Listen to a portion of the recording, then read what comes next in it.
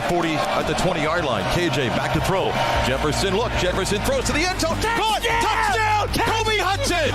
37 seconds to go. Kobe Hudson makes the catch and a PAT from taking the lead. This is 365 Sports, powered by SicEm365.com. Oh, look at Arch Manning. Oh, hit him with the two-step. Arch Manning, touchdown. 365 Sports is presented by IdealMRI.com. High-quality MRIs for $497 or less. IdealMRI.com. Your health is important, so is your budget. Williams into the end zone, and LSU this time does reach Pater, and they take the lead with 1:12 to play. 365 Sports is also brought to you by Texas Farm Bureau Insurance, protecting Texans since 1952. Punt is off. Muse.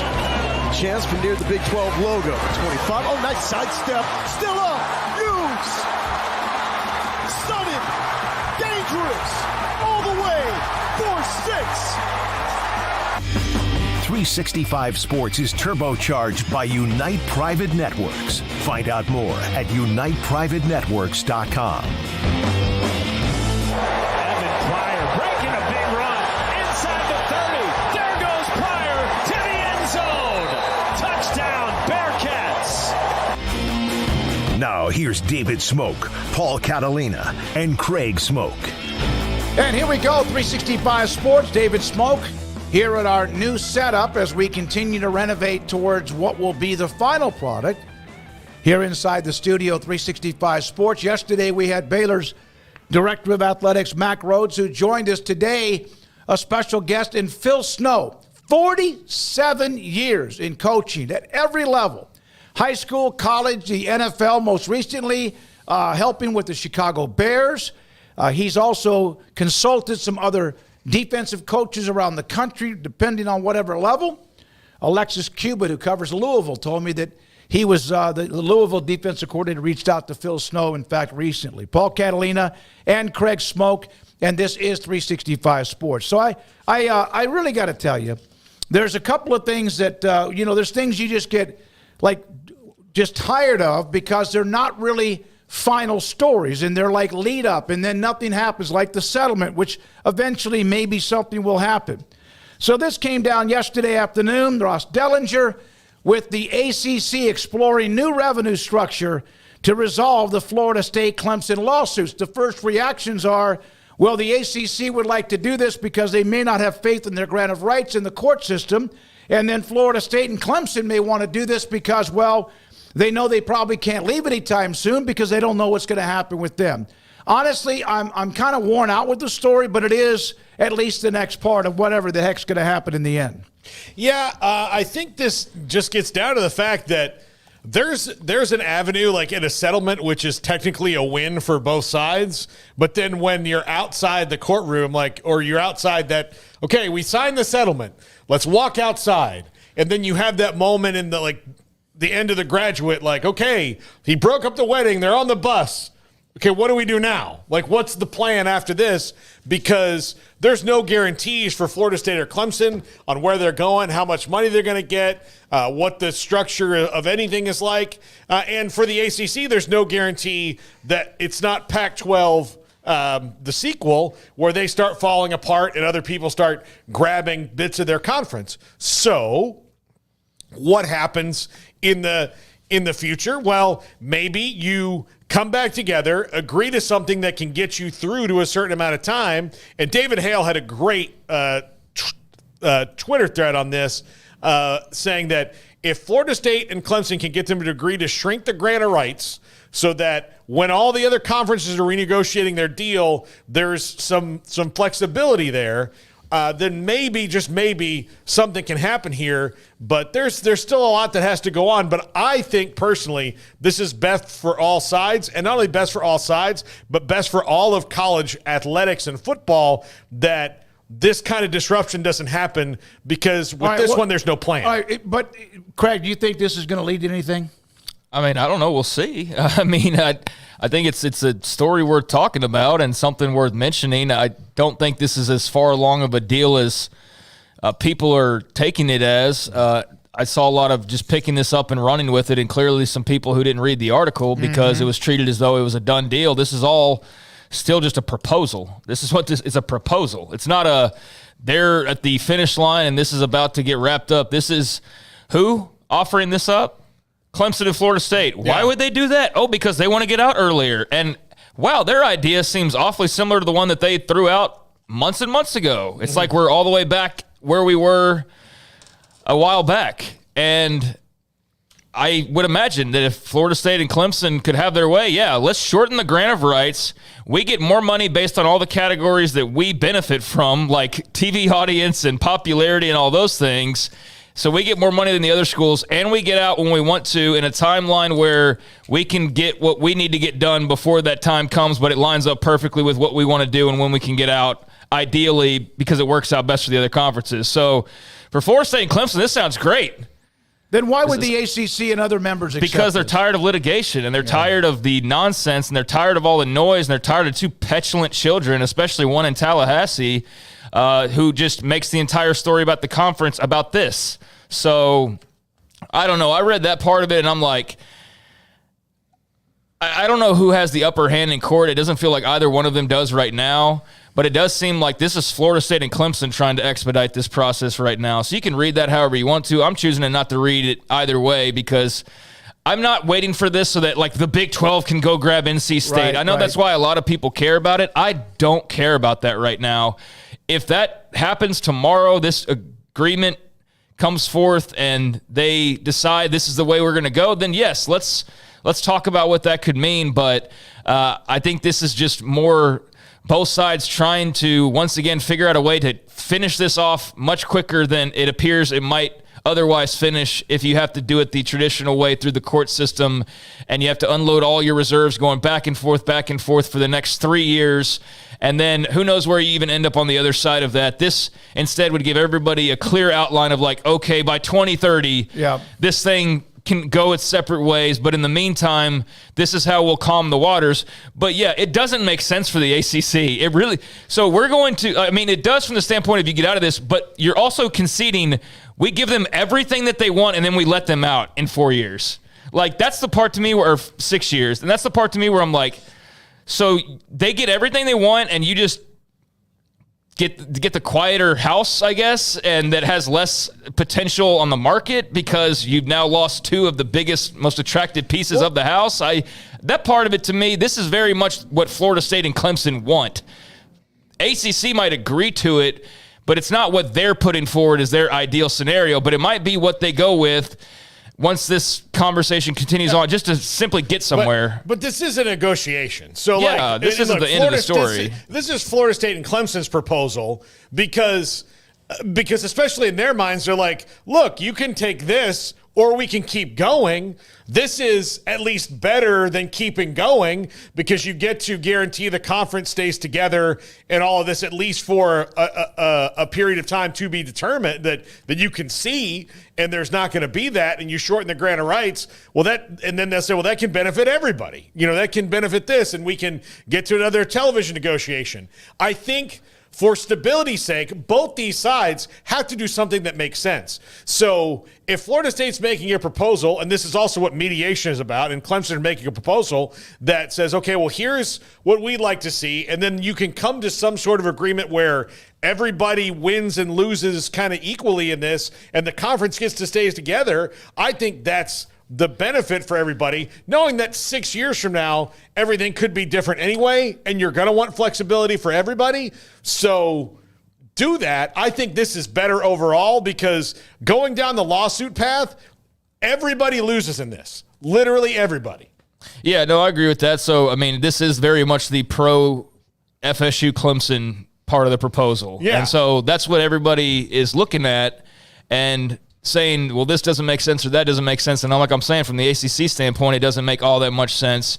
You're showing how it does a little bit, but obviously the ACC will come back and have their say on this proposal. And guess what? They already have, because they've already had this proposal out there previously. Yeah. So they'll revisit that. And if there's some concession made that allows this to happen, then there's a big answer unlocked when it comes to the future of whatever realignment might look like. But having it back out there certainly churned the waters, especially when they got a little choppy thanks to all the PAC news last week. And then you wondered, well, Cal Sanford, what's going to – so, like, that put the ACC back in the spotlight a little bit, because then you started wondering about, well, there's the side effects of the Pac-12 now, and what happens with the ACC moving forward. So, I'm not surprised to see it back, but obviously this is not the end of the agreement. They're going to keep talking, but maybe it's a good sign that this is back out there in the way that it is, and that means that we are getting somewhere close to having some type of resolution. Kim Coulter, I said this earlier with all great respect to my brother, the Dragon. The sports pundits don't like realignment. The fans do. It's not, I think we love realignment. I don't think that's the case. It built our audience to what was good to like, whew. And my problem with realignment is every time there's a story, there are just these like rabid realignment attention whores that will run with it. And I think what happens is more misinformation comes out of it than good. If there is a way that there's more realignment in the future, like what we saw last week in the Pac-2 to the Pac-6 and whatever else, it's great. We're used to it. But it's almost as if about the time it dies down, somebody else's scab comes off. And that's the problem I have. I mean, that's weird, because just a couple months ago, it was like, oh, Craig loves realignment. It's like, well, it just depends on what aspect of it we're talking about. So I don't have a problem talking realignment. That's, again, how we started in a lot of ways. I just gave my thoughts on this in particular. I'm just not going to spend like every day going over every single thread of this part of the story and acting as though it's the end of the world for some conference or so. Like that's the part, the playing up of it that I'm not going to partake in, and that we've seen a lot of, and nothing changed over the last year. So I'm just not going to react. I guess best way to put it is I'm just not reacting to everything like it's what's happening. Right. It's just a proposal. We're talking about the proposal and the merits of it, but this is not going to lead me to then to turn around and go like, so this means that this is and this and this, and like that's just not what I'm in the mood to do right now in regards to this story. Yeah. But this itself is very interesting, and what could happen as a result of that down the line is very interesting. I'm just not ready to jump from spot A to spot Z and take this as this is what's happening, and now this is all the dominoes that are falling. But I understand those that are going to do that, like they've done with every other little thread that's been pulled over the last few years. If the ACC, other than FSU and Clemson, agree to this particular one, then they're idiots. They may want at least a clarity, but don't Clemson and FSU already have a chance to get more revenue based on success? No, I haven't agreed. That's the whole point. That's the whole point. All right. So then they want that, but is this the right year for FSU to be pounded on that rock of success? I'm just again. What does that matter? Like that didn't matter for Texas when they went to the SEC. Why does it matter for FSU when they go out and crap the bed like they have, when this is about the legacy of these two teams and what they've done year in, year out in the conference? Like, it didn't matter for Tech. Like, the SEC could have been like, well, Texas, if you'd have called us in 05, we'd have done that. Like, they were in the worst stretch of their history for a long time, Texas was, when they decided to make that move. Now, it's worked out for them on the back end of it because they were prepared, but what they're doing in any particular season, this is not a 2024 decision. This is a long time decision. Well, Texas was in a situation when that story came down. A lot of people went, oh, Lord, because more them than Oklahoma might struggle. But then the convergence of NIL, transfer portal, and more, it made it the timing for them could not have been any better with the success they're having now as they enter the SEC. Yeah, the success has nothing to do with it. That's like a Tulane fan saying, well, we've won big games the last 2 years. We deserve a spot in the pack. And it's like, it's not about what you've done that recently, good or bad. It's about the total package. So you see a lot of that, like, we were in this bowl game 2 years, like Washington State, Oregon State fans, when they were pitching for the Big 12, it's like, well, in the last 2 years, we've won this many games. It's like, people, that has nothing to do with you getting into the conference right now that you've won some games in the last couple of years. Like, if it was 10 years, then that's one thing. It was 20 years, that's something else. But that's not how exactly it works. So, yeah, I don't think that's a fair shot at FSU. What they're doing now has absolutely nothing to do with what's going to happen in the future. And everybody's just doing what's best for them. And so nothing wrong with that. So I don't know why we'd push back on it. Florida State and Clemson are trying to do what's best for them. This is clearly the best proposal for them. But that's why I was kind of trying to tap the brakes earlier, is this is their proposal. This is a proposal that's already been out there. So everybody's reacting to this and the possibilities of it, but we still need to see what the ACC is going to come back with and say, and then whatever that conversation turns into is where we'll land. And maybe it's in a spot where by 2030, this all breaks up and that aligns with everybody else. I mean, that's the big picture. All I was saying earlier is I don't mind. I love talking about realignment.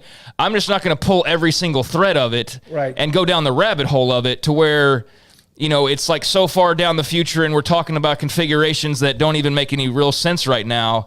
I'm more like, let's speculate a little bit, but let's also keep it somewhat realistic so that we're not off on down the rabbit hole, like I said, talking about this 36 team Big 12. Like, I just don't want to go that deep with it. But this is interesting because this is the big realignment story that's kept the waters going for over a year now. This is the one that's like the big the stand of the non-SEC and Big Ten conferences. They've controlled and picked up all this territory, and really the last remaining frontier is the ACC and Notre Dame to an extent as well. So that's why this is of interest to everybody involved, because of also what it could mean for dozens of other schools, the fallout of this. So it's fascinating stuff, and this is the latest chapter of a book that's had many chapters so Paul, far. would you, if you were Wake Forest, Georgia Tech, would you do this deal? It's on the table right now. No, but I would. Okay. I would agree to something that was similar to this. That had, I mean, look, there are parts in this where it's incentive based. So if Georgia Tech or Wake Forest go on a run, they have that year where they're going to get money. It's just, this would be Florida State and Clemson most of the time, because historically, since Florida State's been in the league has been won by Florida State or Clemson. Like, occasionally there's another little groundhog point pokes their head out of the ground, but for the most part, it's those two schools. So that's why they believe it'll benefit them long term. But I would go back and forth, and I would rather negotiate with Florida State and Clemson this way than through the lawsuits the other way. I think this is better for everybody, because if you're Georgia Tech and Wake Forest, if you say no to any kind of proposal like this, you can say no to this one. Yeah, you shouldn't say no to the first offer. You should say no to the first offer. Like, this is where negotiation happens. But if they're willing to come back and not put the conference in immediate peril, then I think that's worth talking about. All right. Also, another story that's somewhat always out there, and it kind of like disappears, and then it's still there, and it's not even the settlement, is the Knight Commission. Meeting in D.C., the Southern Conference Commissioner, Michael Cross, presenting a draft of a new NCAA governance model that divides Division I into Subdivision A, the four major conferences, and those that wish that they wish to include, and then Subdivision B, others who have written about this before.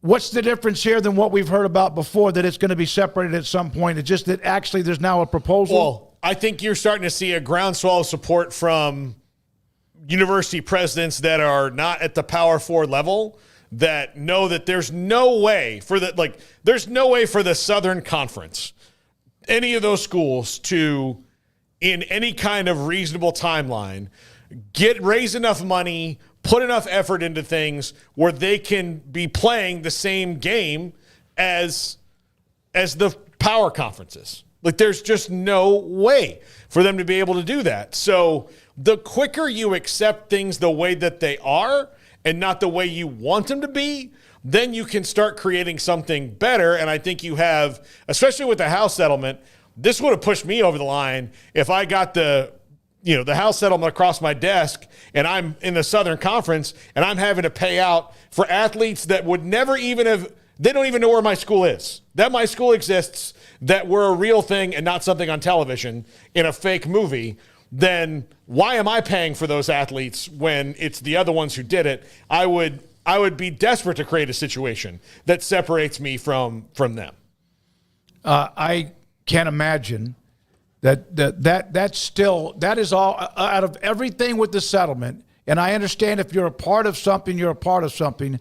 That still, to me, would burn me forever if I was a non-top 70 type school that's a part of the the SEC, Big 10, Big 12, and ACC, and Notre Dame. It would burn me to death that we ended up having to make the same payment because of the settlement than somebody else who has 5, 6, 8 times the budget as I do. I mean, can you imagine being a WAC? Well, that's part of legal. Being a WAC team and having to send a check off for this, and then you're like, well, none of these athletes even You're sending thought a about check this. off to a ship that's sinking to try to patch up the ship, and you're not going to be on the ship if they fix it. Yeah, you didn't have anything to do with it in the first place.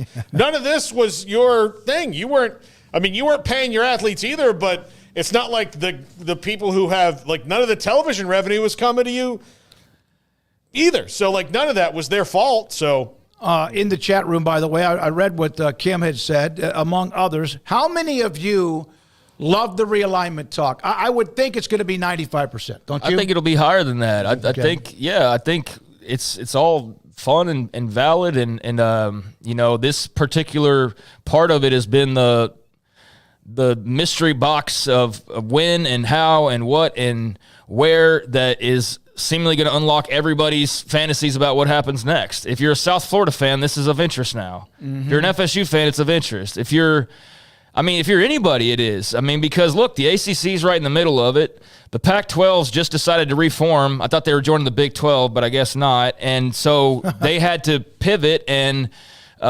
there's only so many options, and so they're raising the Pac-12. Well, once they did that, then that brought up schools that were otherwise not at that status, and so then you've got to backfill those, but then you got to add others to those to get to 8 to 10 for the Pac. So, like, now there's all of a sudden all these schools that didn't think any calls were coming anytime soon, and now there's like 5 or 6 phones ringing, and opportunities on the other end to go and join a step up, and there will be an avalanche effect where dozens of schools are now seemingly moving up, right, because of this Pac-12 decision. So between that and this ACC talk of where this has been pretty much nothing but just court jargon for the last several months, and a lot of floating of ideas, whether realistic or not, a lot of speculation. Now we've got a little bit of meat to chew on again, and guess what? That also has a downhill effect on dozens of other schools, because there's the schools in the league, some that want to leave, some that might not, the various places they could go or might not be able to go,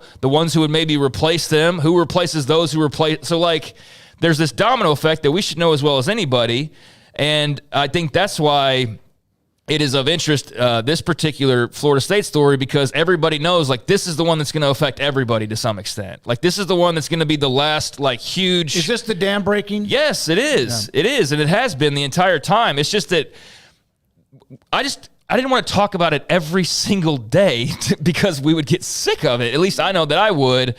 And when there's not something of note to really discuss. So when the court cases are just kind of going back and forth, that's not as much interest. But now that there's actually, like, hey, we're going back to the table, or we're back at the table, and, like, here's the latest, and here's where this could be going, and you see a date that's much closer than the previous date, and that allows everybody to go, well, then how could that?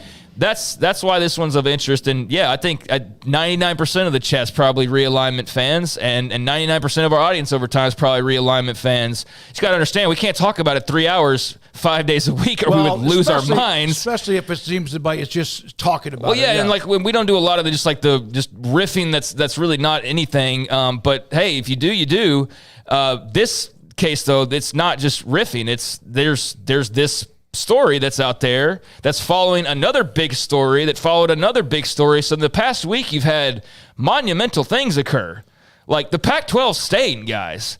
They were going to die altogether. They were going to go join the ACC. They were going to go join the Big 12. They're staying together. And so that has its effects and has some effects on the ACC. And the ACC, this conversation has effects on a lot of other schools. And so this is front and center for a lot of people, if not everybody in college athletics, because this is going to be, outside of super leagues, which I do believe is a realistic thing. I do. I just don't know, like, how far out that would be. But beyond super leagues, this is the biggest possible move to come. There's no more Texas and Oklahoma move in. There's no more USC and UCLA. The only thing that could happen would be something completely unforeseen, like Notre Dame just wakes up one day and goes, we're joining the SEC or something. Or just out of nowhere, Nebraska's like, we're going to the SEC. But, like, none of those seem like they would make any sense. So beyond just, like, pure fiction, this is the last big shockwave to the college sports landscape at this level. Well, then don't do it, so we can make sure we keep this scratching this itch for the next 5 years. I'm kidding, because it's going to happen. It's inevitable, right? The ACC and whatever happens with them is inevitable. I know that some disagree that they're going to be fine, and then maybe Florida State, Clemson just calm down and everybody agrees to something and they can move forward. Well, it's inevitable there's going to be a resolution of some sort. It's just that nobody knows how long out. It could be 6 years. It could be 10. It could be 3. It could be this conversation that we're having right here. The other side, the ACC comes back and says, actually, we kind of like this, but we want to make this one change. And then Florida State and Clemson go, okay, and boom, next thing you know, we can at least say 2030, they're getting out. But until then, this is, very much open-ended, but it's important. And look, we don't know that 2030 would be when they would get out. It just gives them the opportunity to have some more flexibility if they want it, and then keeps them out of court. I think this is... Overall, I'm looking at this as someone who wants the ACC to stay together and doesn't want chaos. I do. I do. I do think it's important, I know man. Everything that I say that's not exactly on the party line of my tomahawk chopping brethren gets doubted, but I'm not lying. No, I do agree that you're a college football traditionalist and all that. You don't want to see complete. No, I don't want to see chaos. I also know that the best thing as a fan for me has been them in that conference winning it when they can. If they're going to the SEC, I can kiss that goodbye. I mean, so. But hey, Paul, as a fan, you get all that money. Oh wait, that doesn't go to you, does it? Oh wait, oh wow. Yeah. So figure out a way to make it work. I think this is better now. I think it's the best thing that can happen in the short term for this to stop, because with every other realignment, there was certainty on things.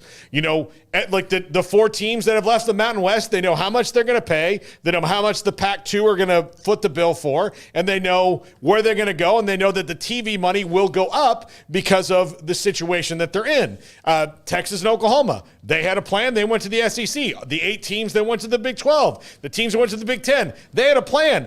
Clemson, Florida State, and the ACC have no plan outside of the lawsuit in any given day. They've got to stop doing that and just negotiate something out and try to make it work for 6 years. And then after 6 years, at least you're not stuck, and you have maybe the league can renegotiate some things and be in the market when everybody else is. Because right now, if they stay status quo, they're stuck until 2036. And that's not just bad for FSU and Clemson. That's bad for the other 16 teams in the league. If they stay stuck till 2036, they're going to get passed by the Big 12, most likely. I mean, maybe not if they can guarantee Florida State and Clemson there for the long haul.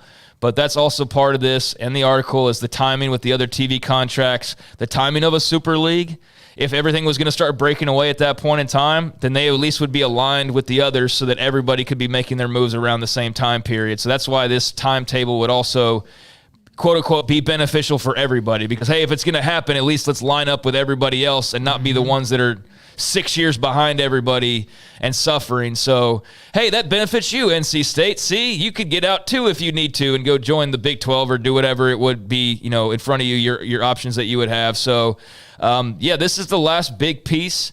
There could always be past that, if the Super League's formed, KU goes to the, something like that has always been out there. But as far as the pathway towards Super Leagues and the pathway towards whatever this looks like, to where we get to a point where it settles down and there's just truly not massive seismic movement, this is the last piece of that. This is the significant piece that still remains out there, is this ACC piece. And that's why so many people, outside of just loving realignment and loving the chaos and loving their teams moving around, that's why so many eyes are on this particular story, because everybody knows this is going to dictate what version of college sports we're watching on the other side of this thing. All right, let's get to a couple of other college stories. We do have Taylor McCarg today will join us at 3:40. Phil Snow, can't wait to have him in the studio today at 4. Tim Brando today a little bit later on. And we'll have a couple of the Big 12 pods today in the middle of all of that, plus, of course, the top 5. Matt Campbell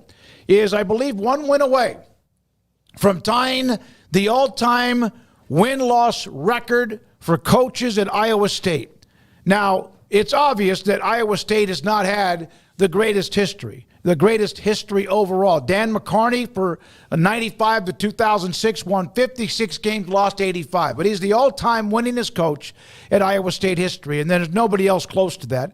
Matt Campbell's at 55. They play this weekend. He's about to have a chance to tie for the all-time winningest coach in Iowa State history. One of the thoughts on Travis Hines' story, probably because, like it was inevitable. Probably because at times it felt inevitable amid all the success, but it certainly was not, because it did get halted a little bit. Would you consider, now some people will look at this the wrong way, it felt inevitable amid all the success.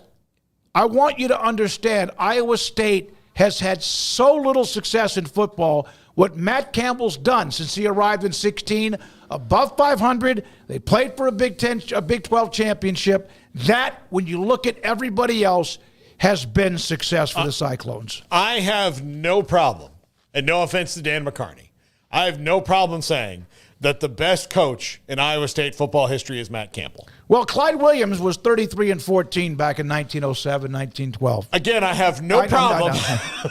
Listen, and if the ghost of Clyde Williams wants to scrap with me, come on and bend my spoons. But he's the most consistent that they've ever had, which is the first step you have to be exactly be repeatedly good. Is if you're consistent, that's not something that ever happened. They'd have, they have like fireworks seasons, and then like the 4th of July, it's over. It doesn't repeat itself. They have to wait again for that. Earl Bruce was 36-32 over 6 years. He had given them, they've had big names. Earl Bruce, Johnny Majors, among others.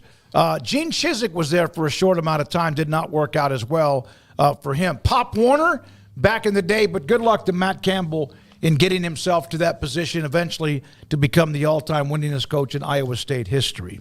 What's going to happen with Billy Napier? Paul, you sent this story to us. Pete Thamel had different angles of this. We do have our guest at 3:40 in Taylor McCarg on some of the games this weekend, but is this... What is the over-under? He's right now at the very top when it comes to coaches who are on their way out. How much longer does he have, you think, this year? Will he survive the year? About a month. I mean, based on what Pete Thamel is saying, when they talked about firing Ron Zook and they fired him at the end of October. And then now that seems late. But the 12-team playoff complicates this, because if you are going to hire a coach, try to poach a coach from a playoff team, well, they're probably not going to want to talk to you because they're now in this playoff. So all the coaching carousel thing is complicated. But hearing Pete Thamel say that it's pretty inevitable that Billy Napier is not there next year, that kind of wraps up, like, to me, in my mind, someone who's connected to Thamel knows what's going on. Billy Napier's not coming back. The more interesting thing is, how do they get somebody in there, and how do they set this in motion under the new guidelines and all the things that they have to do, especially as far as when they have to pay him this buyout money and all that. It's a really the in-depth $27 article. million, $13 million or so has to be paid Craig within 30 days if he fired.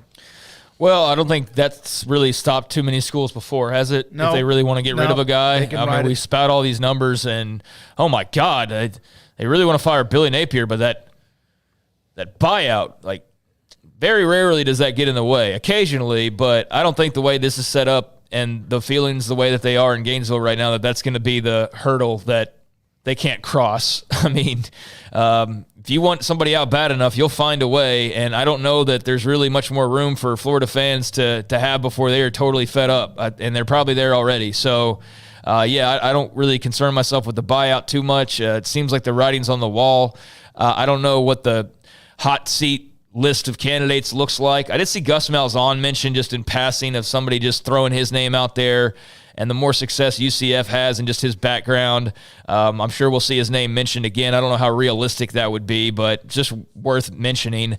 And beyond that, I think it would be a huge job for somebody out there to go fill. I mean, that's a damn good school, no matter how much they've struggled as of late. They've won national championships in relatively modern day history, especially compared to most programs. I mean, Alabama and Georgia and Clemson have gobbled up a bunch, but right before that, there was Florida. And Florida was basically kickstarting the SEC's entire run of dominance. If you think about it, in the early 2000s, that really was what started the whole ball rolling. And then Saban took it, and or I guess kind of that same whole time period, the perfect storm of Florida and Alabama and LSU all winning titles. But they're a program that is fascinating if they have an opening anytime soon, because that's going to be the talk of the entire hot seat circuit for sure. Oh, my God. It's a huge job. Now, is it the same job as it was? Thamel mentioning they have a new $85 million football facility that's just a couple of years old. Their NIL budget, apparently among the best 10 in the country. Here's the problem. They've fired 4 consecutive coaches.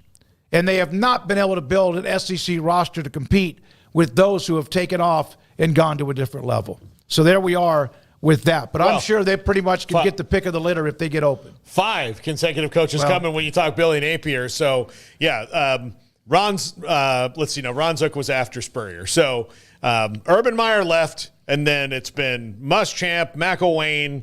I'm leaving Dan Mullen. I'm leaving somebody else out in there. But none of them have had any kind of success. Well, so that's a job. It'll be fun.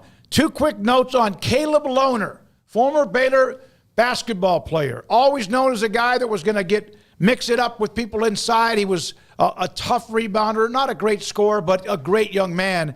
Look at these photos of Caleb Lohner. This is someone who just started playing football. This is one catch. This is from our good friend Josh Furlong, who covers Utah. There's another one. The unique skill set that he's really just learning part of how to play the game of football. But is such an athlete, great physical skills, tremendous height, and you can imagine he will continue to be a great weapon as if everything moves on throughout the year. And speaking of which, the great game against Oklahoma State coming up this weekend in Stillwater, Oklahoma. Game day is going to be at Tennessee and Oklahoma. They're not at the game in Stillwater, which I think that, I can see the Tennessee, Oklahoma. But if you're trying to do things and cover the entire country, which I don't know if they care about doing that or not, that would have been a pretty interesting game with Stillwater hosting Utah and Oklahoma State. But Tennessee is a top 10 team. Oklahoma is in the top 25. Yeah, I think Big 12 fans, I know there's the whole battle lines drawn and everything, but you got to understand SEC is going to get precedence, especially on ESPN and ABC. They are all in with the SEC. All in. They have their own network. But they are all in. They even went and scooped up the CBS games, right? So they're entirely SEC. And so if there's even a shred of doubt, they're going to go to the SEC matchup before they're going to go to probably most matchups anywhere else. And I think that's just the reality. I think Utah and Oklahoma State would have been a really worthy spot for game day. But Tennessee-Oklahoma is pretty damn big. Tennessee might be a top 3 team in the country. And game day hasn't been in Norman for over 10 years. Yeah, that's still the craziest stat. We can do the bias thing all you want to, but I think we're being biased in thinking that Oklahoma State and Utah is on the level of Tennessee, Oklahoma in terms of attention. So I understand why they made the decision they did, but I do absolutely feel like, Oklahoma State and Utah deserves as much spotlight as it can possibly grab, but I'm not going to, and not because I'm an Oklahoma fan, but it's the SEC on ESPN. That is their first priority, and Tennessee-Oklahoma is a unique matchup, so it's not a surprise that's where they went. But Utah and Oklahoma State will go play a hell of a game, and they'll get their flowers throughout the weekend, I hope. All right, well, and we'll have more on that, of course, here in a moment. And we talk about some of the Big 12 teams in a couple of segments today. And Big Noon, obviously, you get the huge Ohio State-Marshall game. Yeah. But they're Big Ten country now. Fox is as much Big Ten as the Disney side is as SEC. So I think Ohio State's automatically going to pull in like 7 million people and however many thousands in Columbus. So I guess that's just an automatic layup for them. But I have much more issue with that if you were going to say like, where should you be versus Tennessee, Oklahoma, that one to me has a bit more cash to play with. Well, because Marshall put themselves in this position for beating the Irish. What was it, a couple of weeks ago? Now, when we come back, Taylor McCargan, a couple of different games. Phil Snow at 4. 47 years as a coach at various levels of football. He was at Baylor. He's been most recently with the Chicago Bears. He is going to be a storyteller for us in the studio today at 4 o'clock. When we come back, Taylor McCarg and more. We still have a note from Josh Heupel on going back to Norman and what all that means. And then what was, I thought, a great note he made when asked about Mike Leach and the headsets. That we'll have that too. This is 365 Sports.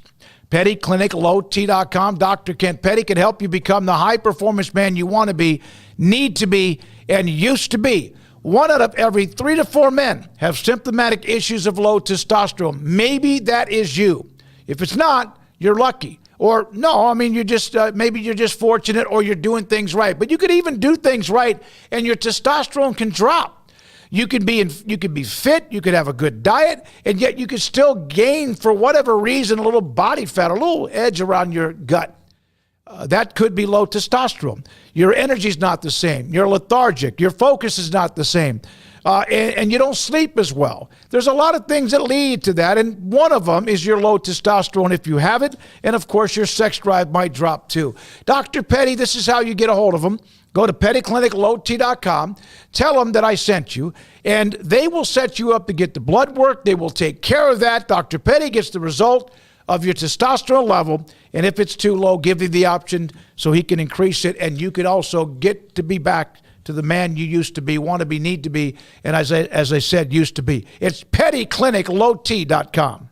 Jeep Adventure Days are here at Allen Samuels in Waco. Drive home the 2024 Jeep Grand Cherokee Hybrid and save $12,000. Plus, you may qualify for $7,500 in federal tax credit. Don't miss out on this powerful deal. Visit Allen Samuels in Waco today. First responders get an extra $500. Come by. Let's be friends. In Texas, there's pea-size hail and baseball-size hail. Guess which one hit our house?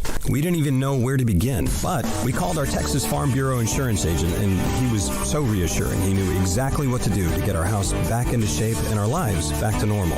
Now, we're even more thankful for the roof over our heads. Stop by and see our agents at one of our 3 McLennan County locations. Coverage and discounts are subject to qualifications and policy terms and may vary by situation. Ghost Hydration is a fully transparent, fully loaded, full-flavored hydration drink that we've all been waiting for. Ghost is caffeine-free with electrolytes, 0 sugar, and low sodium that'll hydrate your body before, during, and after your workout. Consumer loved with authentic flavors, so grab and enjoy a Sour Patch Kids Blue Raspberry and Red Berry, along with the Kiwi Strawberry, Orange Squeeze, or Lemon Lime. Ghost Hydration can truly be used anytime. Remember, it's formulated for sports, but made for life.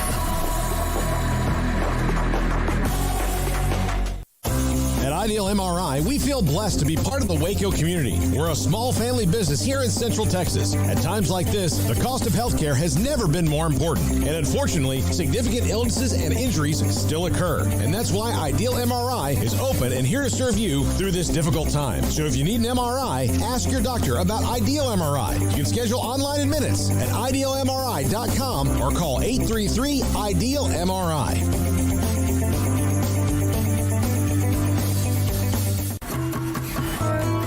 When you work with a bank, you should expect the best of everything. That includes face-to-face personal service and the kind of community banking care that only comes from one neighbor to another. That's exactly what you'll get from the First National Bank of Central Texas, where you will know your banker works just as hard as you do. Once again, that's the First National Bank of Central Texas. Settle for nothing less than the first. Member FDIC.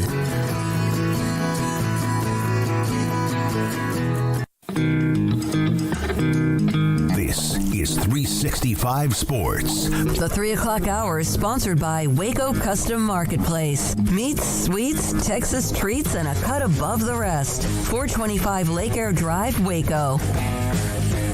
We can't wait to get to the guests that we have today, including the legendary Phil Snow, who just joined us in studio. We'll get to him at 4 o'clock. He made it here without having to call me. That's even more amazing. If you could find great recruits all over the country, you could find our studio at MLK and Elm. We're now joined by Taylor McCarg, ESPN, CBS college football analyst. Color analyst joins us on 365 Sports. And Taylor, thanks for your time. So what do you think is going on with Oklahoma's offense that seems to just not have much rhyme or reason? That's a great question. The game 2 weeks ago against Houston, I went back and watched a good amount of that tape, and there is something missing with communication on the simple things. This is not in my opinion, I don't think this is a skill issue. There's still plenty of talent on that side of the ball, but you've had issues, even going back to the Temple game, but especially the last 2 weeks, procedure issues, bringing guys in motion where they're banging into the running back. You're not synced up. There's not great timing. Some of that is having an inexperienced quarterback, but Jackson Arnold played some last year, has obviously had a couple of games under his belt this year.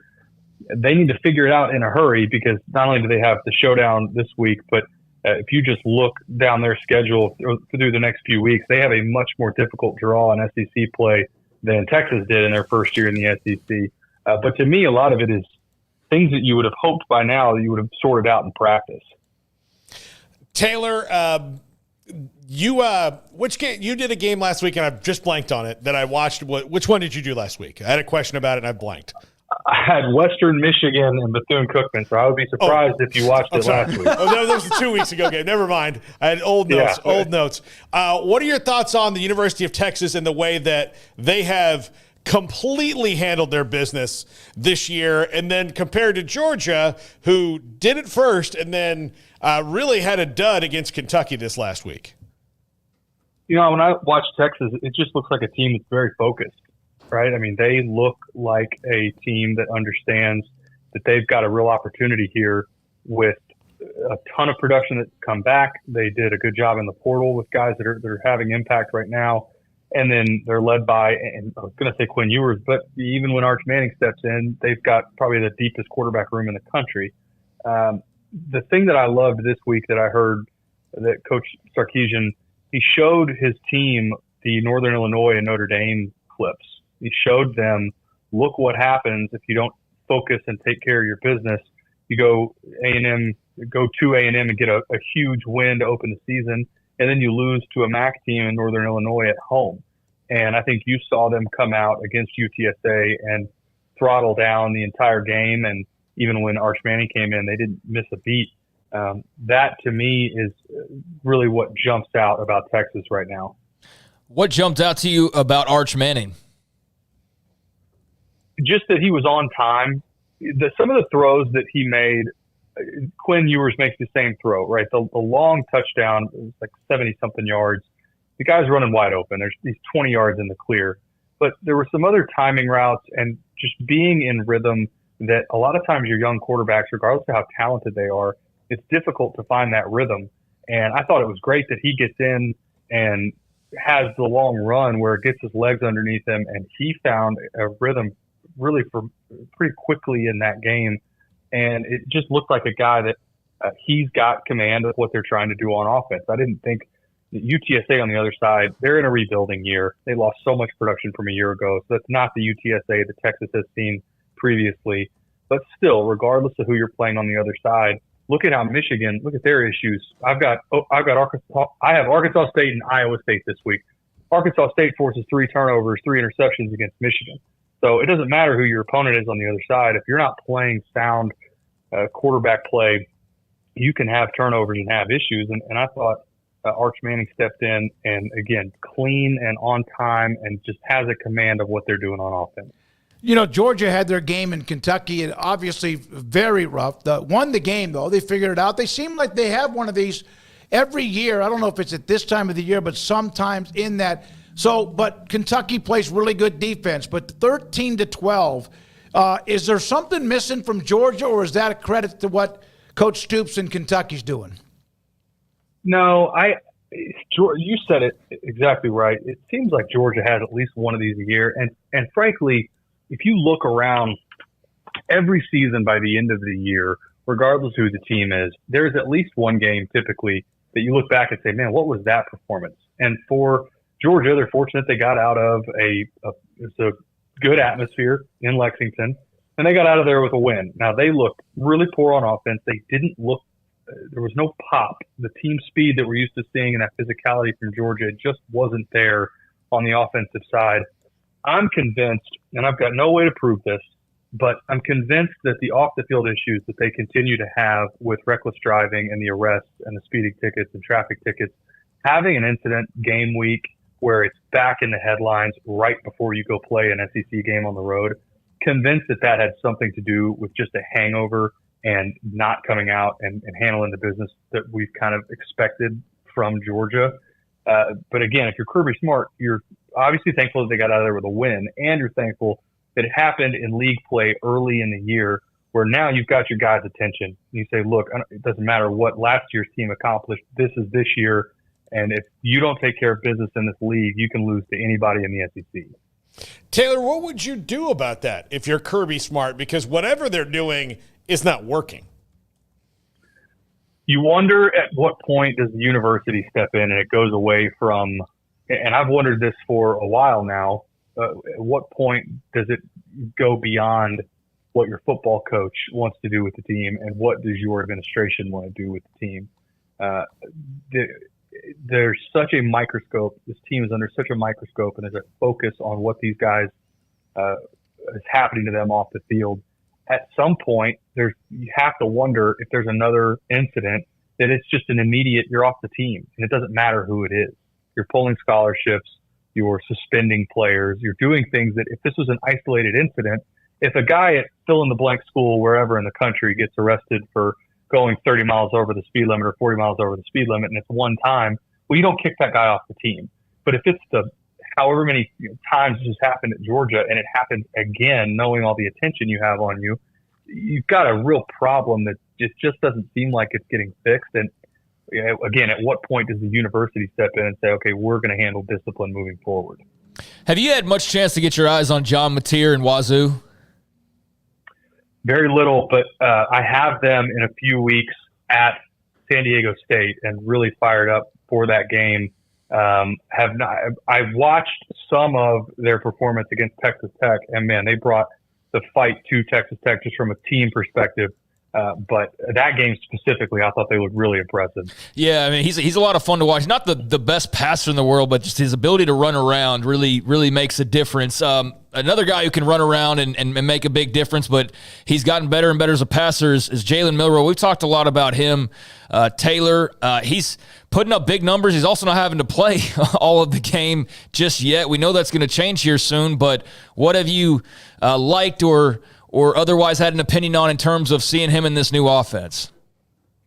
Well, I think what Alabama was able to do in the portal with the offensive line, I think is really impressive. They are mauling people right now, and they did the same thing when they went up to Madison. Regardless of what happened with Tyler Van Dyke going down, I don't think that game was ever going to be close.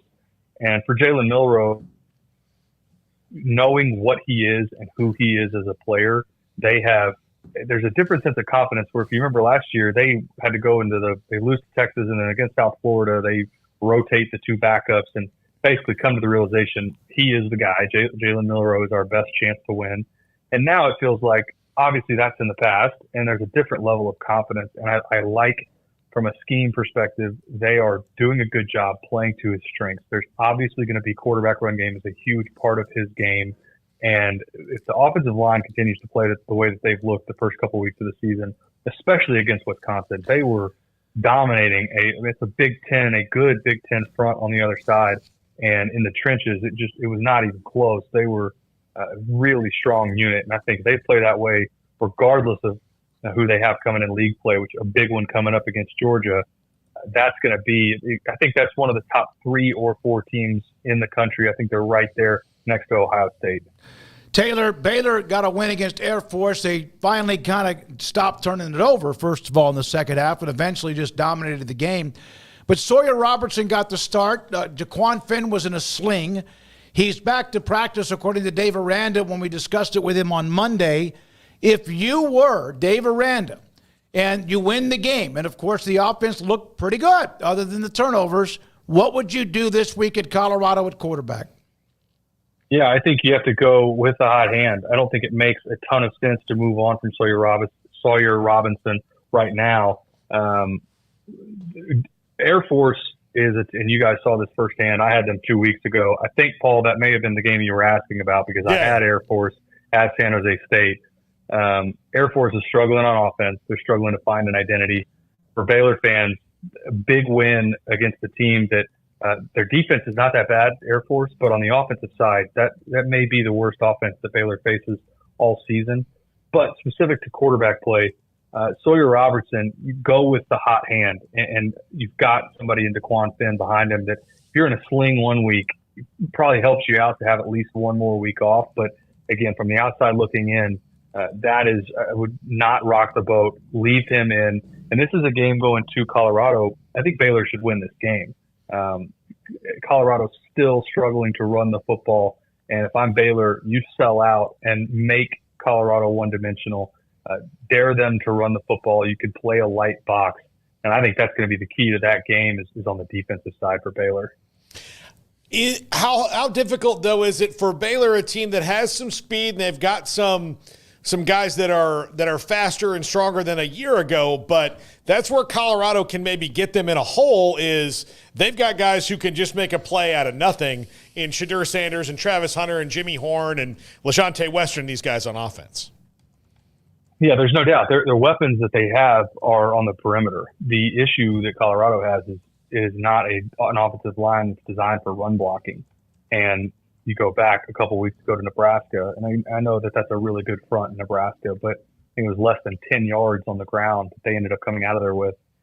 For Baylor, dare them to throw the football consistently on a down-to-down basis.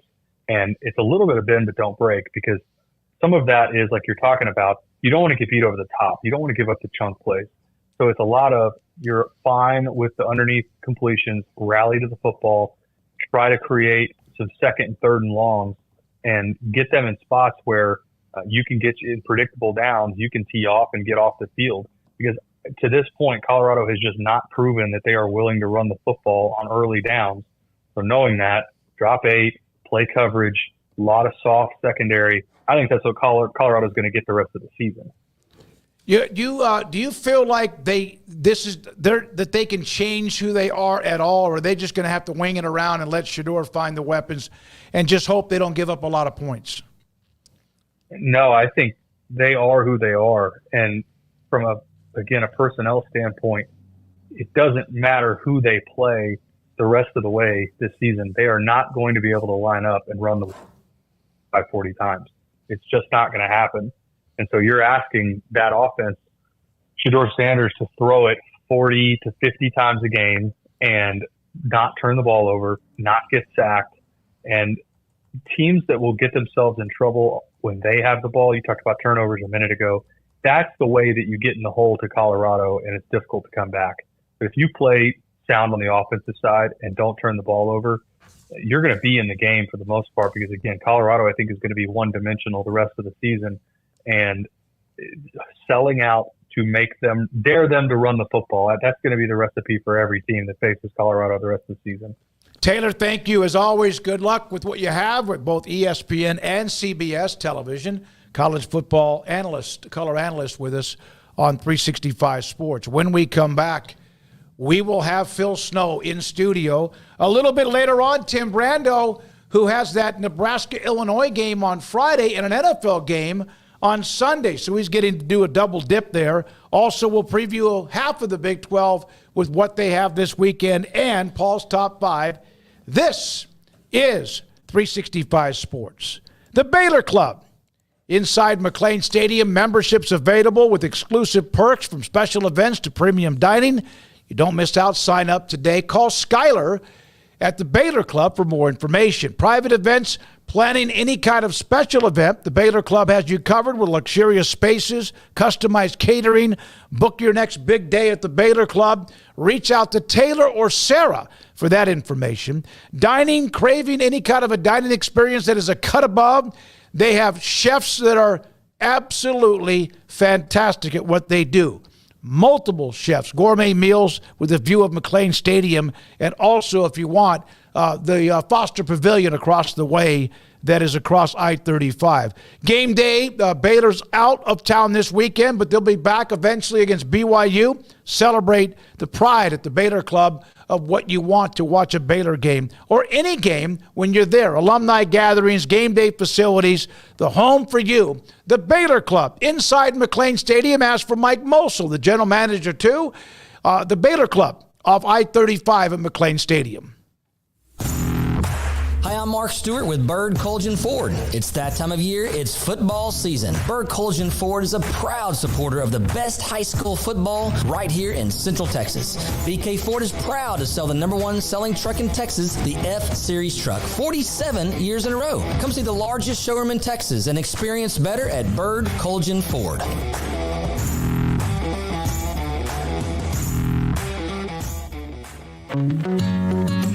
Established in 2007 and independently owned, Alliance Bank Central Texas is committed to helping families and businesses meet their financial goals. From their tellers to their board of directors, they know the importance of superior service and competitive products. Customers have confidence knowing that their financial needs are in good hands. It's your bank, Alliance Bank Central Texas, with 2 Waco locations, 4721 Bosque Boulevard and 191 Archway Drive on Highway 84, and at AllianceBankTexas.com. Member FDIC and equal housing lender. It's football and tailgate season. If you want product for the grill or smoker, charcoal, seasonings, marinades, sauces, Waco Custom Marketplace is your home to help prep, cook, and enjoy your food. Tailgate must-like brisket, tri-tip, fresh-made burgers, sausage, chicken wings, and if you want steaks, call in your order and pick them up. Bacon wrap fillets or any kind of ribeyes. USDA Select, Choice, and Prime that melt in your mouth. House-made sausage and jerky. Also, Waco Custom Marketplace, a one-stop shop for tailgating, barbecue cook-offs, and family get-togethers, fundraisers with fair prices to you, the customer. A bakery with fresh baked bread and kolaches. There's cold beer, wine, and soft drinks. Serving Waco restaurants and families since 1940. A cut above the rest. Waco Custom Marketplace, open Monday through Saturday at 425 Lake Air Drive in Waco.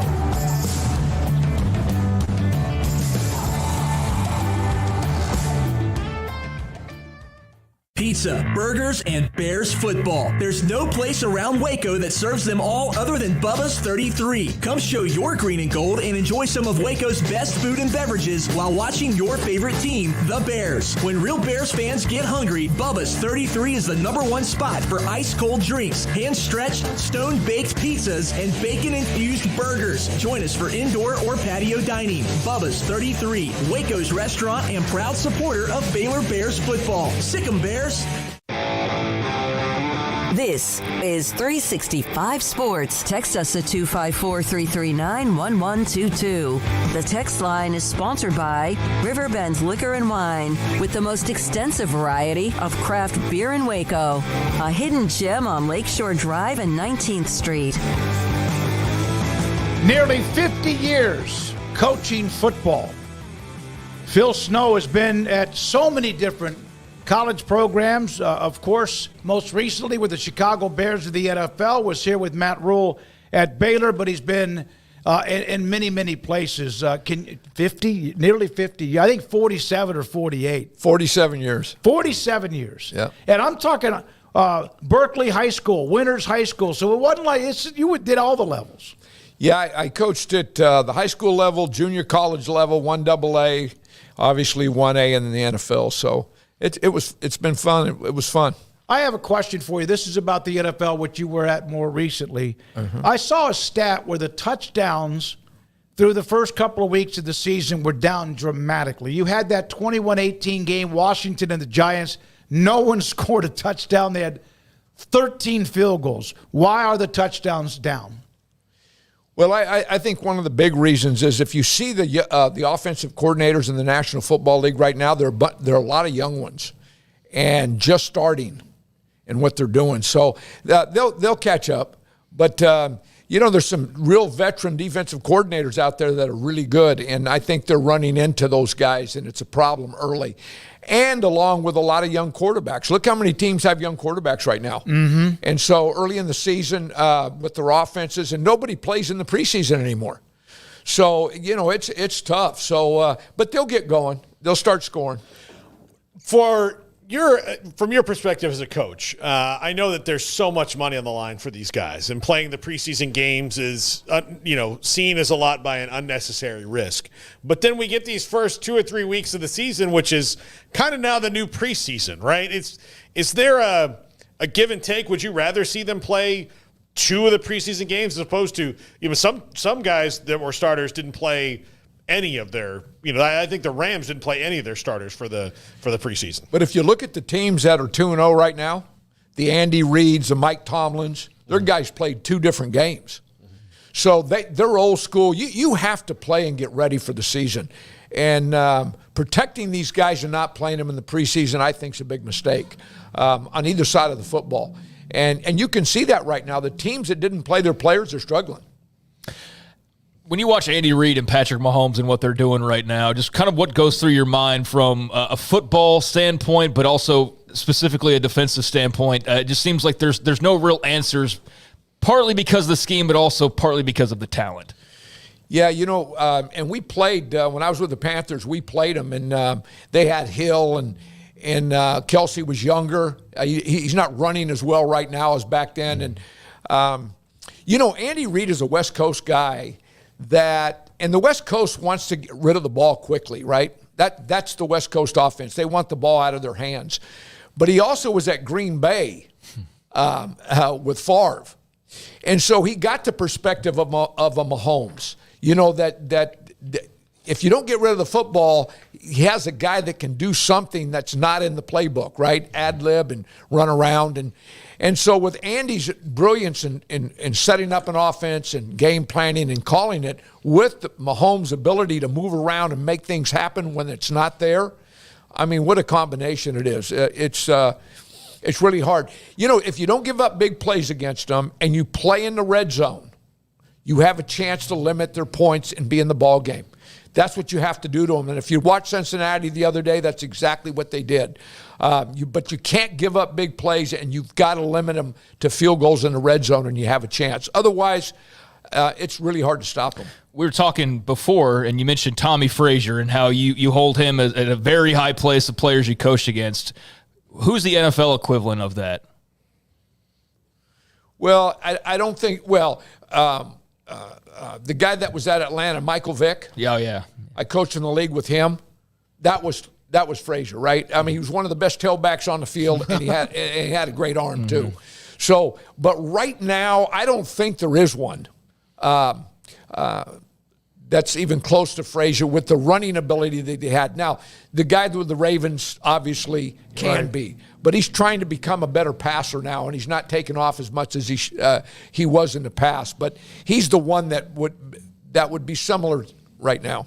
All right, so you mentioned Frazier. What made him so special? Osborne has said over and over again that when he was a freshman and they were running a scout team and they were getting beat up by obviously a hell of a football team, he got mad and yelled at the freshmen that we're not here. And that was kind of the guy he was, his competitiveness, along with, of course, he was a great runner, but a leader that Osborne said is almost unmatched. Yeah, well, first of all, you had great talent around him, sure, too, and he had a great defense. But and he had an offense that fit him to the T, with all the run game they had and the play action and his ability to run and then the play action off that. And, people didn't think Frazier could throw. He threw 23 touchdowns his senior year, which is a lot of touchdowns. And so, they beat Florida in the national championship game his senior year. I think it was 63-20 or whatever it was. It was one of the best football teams, I think, in all of college football that's ever played, that 95 team with him at quarterback. Yeah, I agree. Miami 01 is one that people talk about as well. Phil Snow, 47 years from Berkeley High School to the last year with the Bears in the NFL, in studio with us on 365 Sports. Phil, Baylor plays Colorado this week. Colorado, they have flash to go around. I mean, so much flash, but they don't have, and I'm sure this would drive you nuts as a coach, they don't have toughness and grittiness, and they don't have that power on defense or offense in the lines. They cannot stop the run. They can't commit to the run. Is that something that you can fix in season at all when you're either 3-4 games in, or is this something that you have to make a minor tweak and hope that it works? Well, I had a chance I've watched Colorado this season, and I studied them last year. I've had a chance to do that in the last month. The defense at Colorado is getting better. If you watch the second half of the Nebraska game and last week, they're starting to stop the run. They're starting to play better. They shut out Nebraska in the second half, and they gave up 9 to Colorado State last week.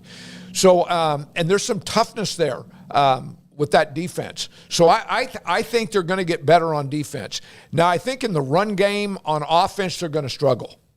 And because of that, if they don't get that going, then Secure's going to get hit a lot, right? And by the way, he's a fantastic quarterback. He has, he's smart, he's tough, he moves in the pocket.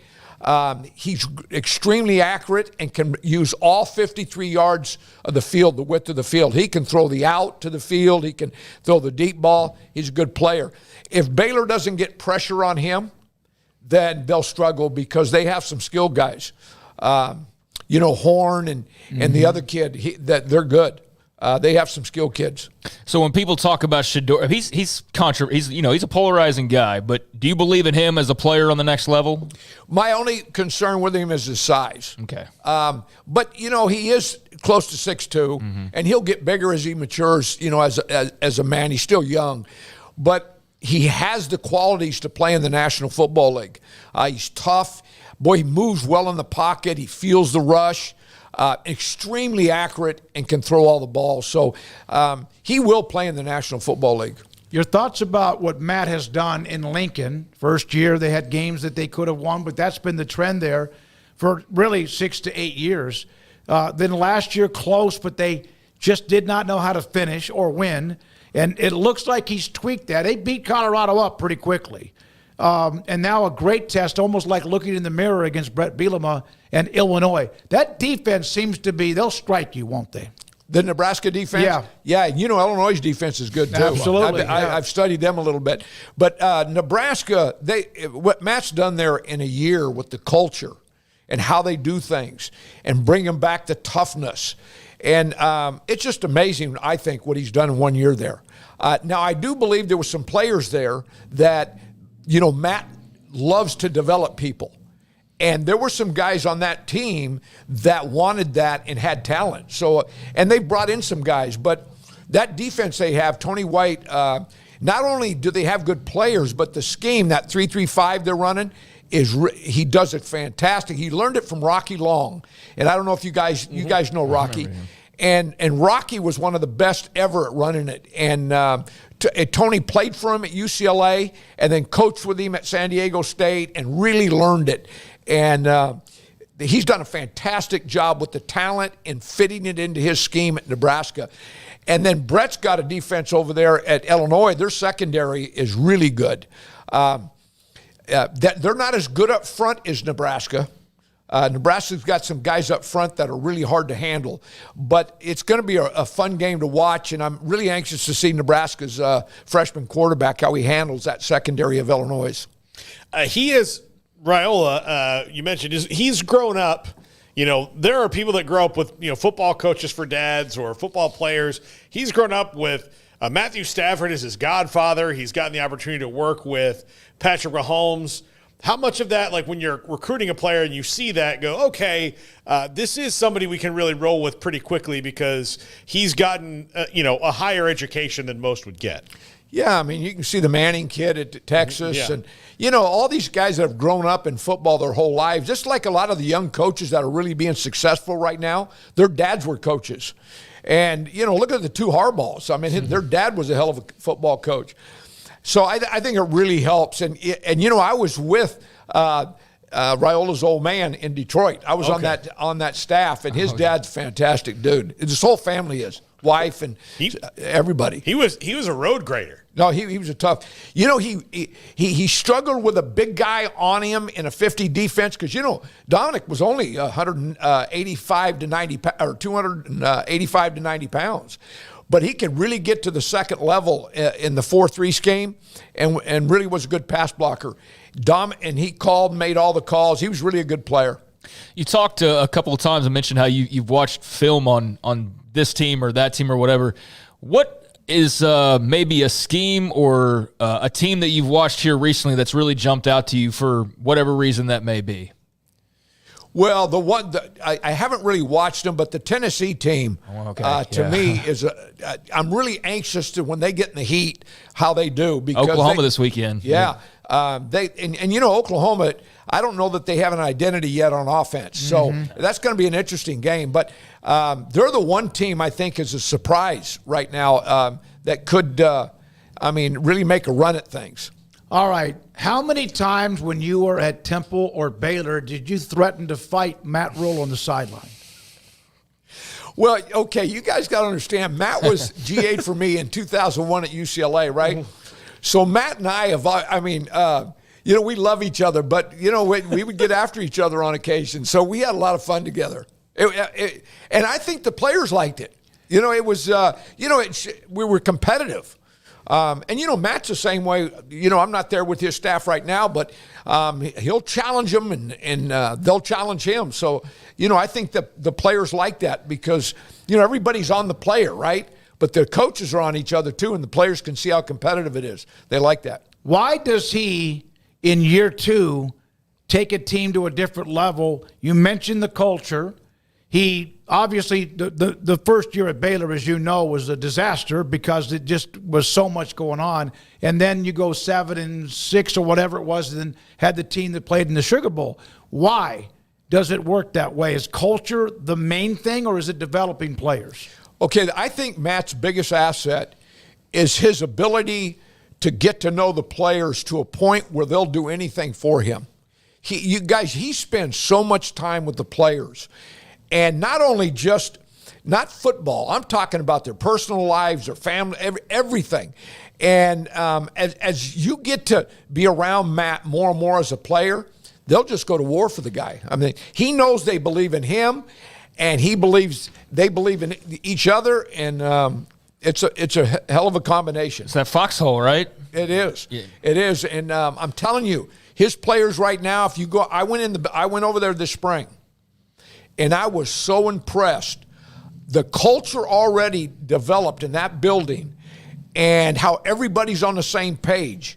And you can see the love for each other in the building and on the field. So in a short period of time, he's done a fantastic job there. How much of that, when you guys got here, it was a completely different rebuild type situation because you had a lot of guys that were really successful a couple years before and had won Big 12 titles, but had gone through all this off the field strife that just kind of leveled their emotions. Like you had to build them back up on a different way, yep.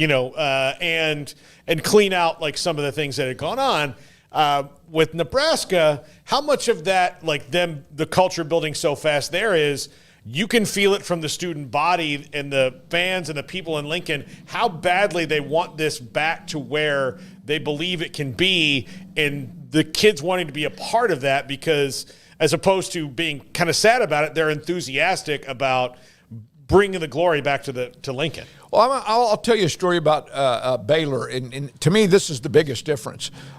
By the way, Art Briles is one of the best coaches that's ever coached football. Mm-hmm.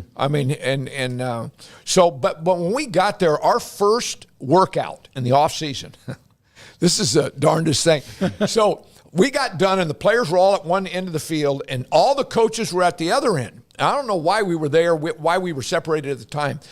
The players started yelling at the coaches, "You Northerners, go home. We don't want you here." What? The honest to God truth, guys.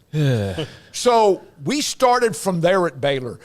Now, they didn't start from there at Nebraska. I know that because a lot of the really good players on that Nebraska team are from the state of Nebraska, and they love Nebraska, right? So they just wanted somebody to come in with an idea and a program and a process, and boy, they've really run with it. So two different jobs, completely two different jobs.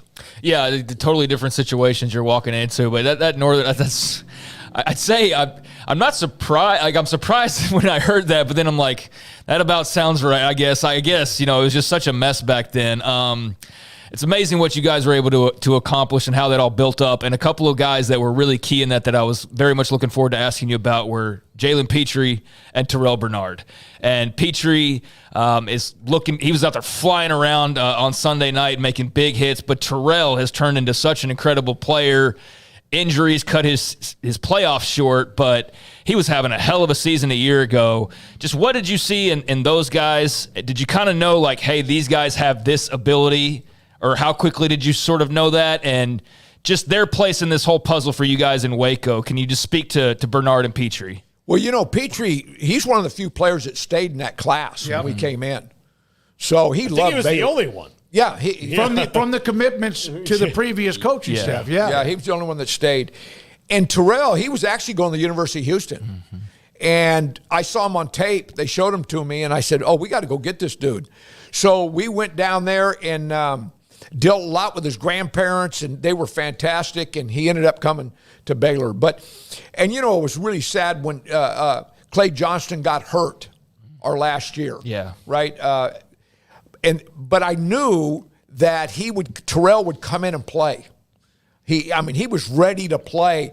And, we had Jordan Williams that played the one backer, and Jordan looked clumsy at times and all that, but, man, he made plays, right? He was around the football and create turnovers. So Terrell wasn't playing that much, and then when Clay got hurt, Terrell took that job over and ran with it. But both guys, fantastic people. Our last year at Baylor, Petrie redshirted. So Matt had promised him he would redshirt him that year. So he played in the first 4 games. I said, Matt, hold on. He's our best Sam backer. What are we doing? Yeah. And he said, Snow, I promised him. So that's, we didn't get Petrie that year, right? But I knew he was going to be a great player. And David played him at the exact, they played him perfectly. The spot they had in the defense was ideal for him. They have a young lineman, I think he's a freshman, Van Poppel, who's a very talented young defensive lineman, and he's going to let him play the 4 games. And he told Van Poppel, we can play more, you can play a little bit here and there, but if you wait a year in redshirt, you'll be Ty Robinson, who's a hell of a player for them. How hard is it to let someone marinate that might help you win right now? That's tough. It depends on where you're at in the program, right? And but Matt had promised Petrie that, and so he just lived with those. We were really lucky that year too. Clay was the only one that got hurt. Mm-hmm. So that really helped us. Otherwise, we would have missed Petrie. Phil Snow in studio with us. Baylor, Temple, Bears, and Carolina Panthers. That didn't go very well, did it? And they're not going well now either. Is that, and I don't mind asking you this, is there dysfunction within that franchise? Well, the guy I feel bad for is Matt. Because, guys, we went there, and the first year we're there, we have COVID. Guys, we were there 6 months and had never met a player. That was Aranda at Baylor, yeah. We had no OTAs. The first time we met our players was when they came to camp. And so that was, we won 5 games and we were in every ball game. And then we went and tried to find a quarterback. We had Darnell and Baker the next year. Yep. We just couldn't find a quarterback. And so the next year we won 5 and then the third. But by that time, I don't know what happened between Tepper and Matt. But I don't think it had gone well. He had a 6-year or 7-year deal. And after 2 years, Matt was worried about his job, which was ridiculous. We're coaching in the COVID, right? Mm-hmm. And trying to develop. By the way, I played 11 rookies on defense our first year there. 11. Yeah, I remember that being the talk was like, hey, the bright spot is that this defense has got some young players on it and just give it some time and let it build up. And the second year we were second in the National Football League in total defense. Yeah. And we had developed those young guys, but we just never could get over the hump offensively, and we just never got it going. But, we didn't have enough time either. You can't give somebody 2 years. And really, Matt didn't even have the third year. We lost to Cleveland on a 58 or 59-yard field goal the first game of the year. It was over. Like, you could feel it, that was it. I mean, I could feel it then, right? But what was tough, too, is that third year, we had played 4 games, and defensively we had played 5 games, number of snaps. That's how much we were on the field. Wow. Yeah. We just couldn't get it going offensively. But, you know, I would really love to see Matt someday go back to the National Football League. You know, win in college again and go back and do it again. If he wins in Lincoln and he's had a good start, I will fight him. I will be the one on the sideline fighting him. I will. They've waited too long. I mean, I will have a conversation. He did tell me when he decided to take the job at Carolina, the day that he became official, that he kind of looked back at that. And I want to get into what Dave Aranda's doing at Baylor as the defensive coordinator. He looked back and he probably thought that the speculation that week may have created a little bit of an issue that week. Georgia was great. You could see what they were about to do. Did you feel that as well? Yeah, you know, kind of. I think, you know, Matt was not only pursued by Carolina, but the New York, I think he was going to go to the New York Giants is where he was going. Matt was. He had the New York was almost done. And then Tepper came in and offered him so much money, couldn't turn it down. But, you know, Matt had always wanted to coach in the National Football League. Mm-hmm. It was a burning desire of his. And we loved Baylor. I mean, and we had it rolling at Baylor. I mean, I think we could have done some really special things if we would have stayed. But in his heart, he wanted to do the NFL thing. And, you know, at his age and that kind of money, went and did it. That last game, since we're talking about that, Jalen Hurts was the quarterback, right, for Oklahoma. Was that the last game you guys played, the Big 12 title game? Was that Hurts? That was Hurts. We played him twice that year. Yeah, so just any surprise that he's gone on to be the player that he is for the Eagles at the next level? You know, I have a lot of respect for that. And he's a grown man now. But, okay, we played him the first game, and we were ahead 31-10 at half. And he came out the second half and ran the ball 20. They ran triple option is basically what they did. 2 weeks later, they play Oklahoma State, and Gundy says, well, hell, this is the triple option we're playing. He gave up, and that was his last year, right? He gave up throwing the football so that team could win. And they actually were running the triple option. So the second half against us, they ran the option the whole – and they kept going for it on fourth down. They ended up beating us. Yeah, that was a hell of a game, though. Hell of a game. And then in the championship game, he didn't really want to run. We hit him in that first game. Henry Black hit him on the 5-yard line, and he wore a visor. Hurts did, and he hit him so hard it popped the visor out on contact. And I mean, he is just a tough. I had a lot of respect for him. Now I wondered if he was going to throw the ball well enough in the National Football League with enough accuracy. And he had the arm strength with the accuracy, and he's doing it. And it sounds to me like he's a great leader. Do you your thoughts on? I know it's been a little bit because you were in the NFL, but the way college now has the transfer portal, NIL, which has been long overdue because I mean that's just from the NCAA, could have maybe buttoned that up 10 or 15 years ago by bending a little bit. Your thoughts about recruiting, is that fun at the college level for you who had been in the game for so long? Well, actually recruiting now, the NIL is like the old days recruiting junior college players. We used to recruit them for 4 or 5 months. It was actually fun because it was like a horse race, right? I mean, you didn't spend 2 years recruiting somebody, right? Right. And so that's what the NIL is now.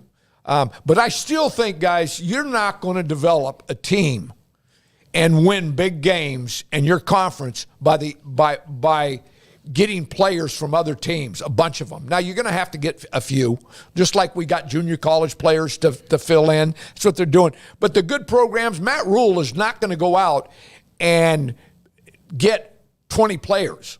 I mean, he may get 6 to 8 players a year. I think they had the lowest number that left last year in college football. And if you look at Georgia and Ohio State, and you're going to lose 8 to 10 a year. But you're going to the only way you're going to really develop a program is you got to recruit high school kids and develop them. Will it be better than now with revenue sharing if you can get guys to like commit to a couple years before they jump in the transfer portal, or have contractual things that would have some sort of nominal penalty so that kids don't maybe float a little bit. I think part of the problem, I love the portal as far as players getting to find a place where they really need to be. But I think the scary part about it is I'm just going to call up until I hit somebody who gives me the number I want. And then you're not really doing anybody any favors. No. And I know I'm not going to mention a team. I know a defensive coordinator on a pretty good football team right now. And they took some guys from some big schools, and they're big too, but they took some guys that were supposed to be legit guys and paid them a lot of money, right? And cut them after spring football. They were just a cancer on their football team. Mm-hmm. Wow. And it paid them a lot of money. And it's happened more than you think. And so you got to be real careful with that, who you take, how they fit in, all those things. And Dabo's taken a lot of heat at Clemson. But, they have a program, and he wants people that fit that. I'm sorry, but no, you're good. But it seems like he's going to have to maybe give in a little bit, right? Yeah, I think they take a few, but if you look at Georgia right now, how many transfer guys do they have that are actually helping them win? About 5, right? Yeah.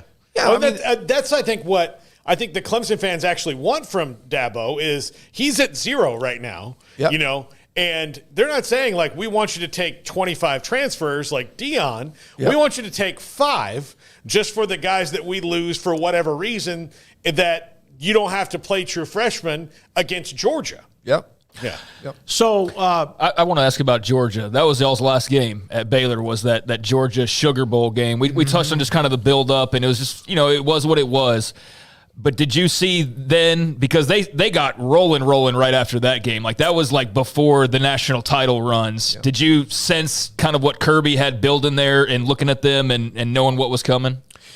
Well, the first national title game, they won against TCU when they beat the heck out of TCU. Yeah. One of my brothers asked me, Phil, how does that happen? How can they beat TCU like that? I said, listen, if you recruit there 5 years, they're getting 5 to 7 5-stars every year. Yeah. And so what happened was Kirby got there. He started winning after about the 4th year, right? So you got 20, 25 5-stars on their team. And 5-stars, it takes 5 seconds to watch them on tape and say, I'm taking that dude, right? Mm-hmm. Yeah. And so those guys, you don't miss on those guys very often. Well, he has a whole team of 5-stars. And so that's a success, right? He's got the Jimmies and the Joes. And now they do a hell of a job coaching, a great system, all that too. But he has really good players. So and that day, remember the O-line didn't play?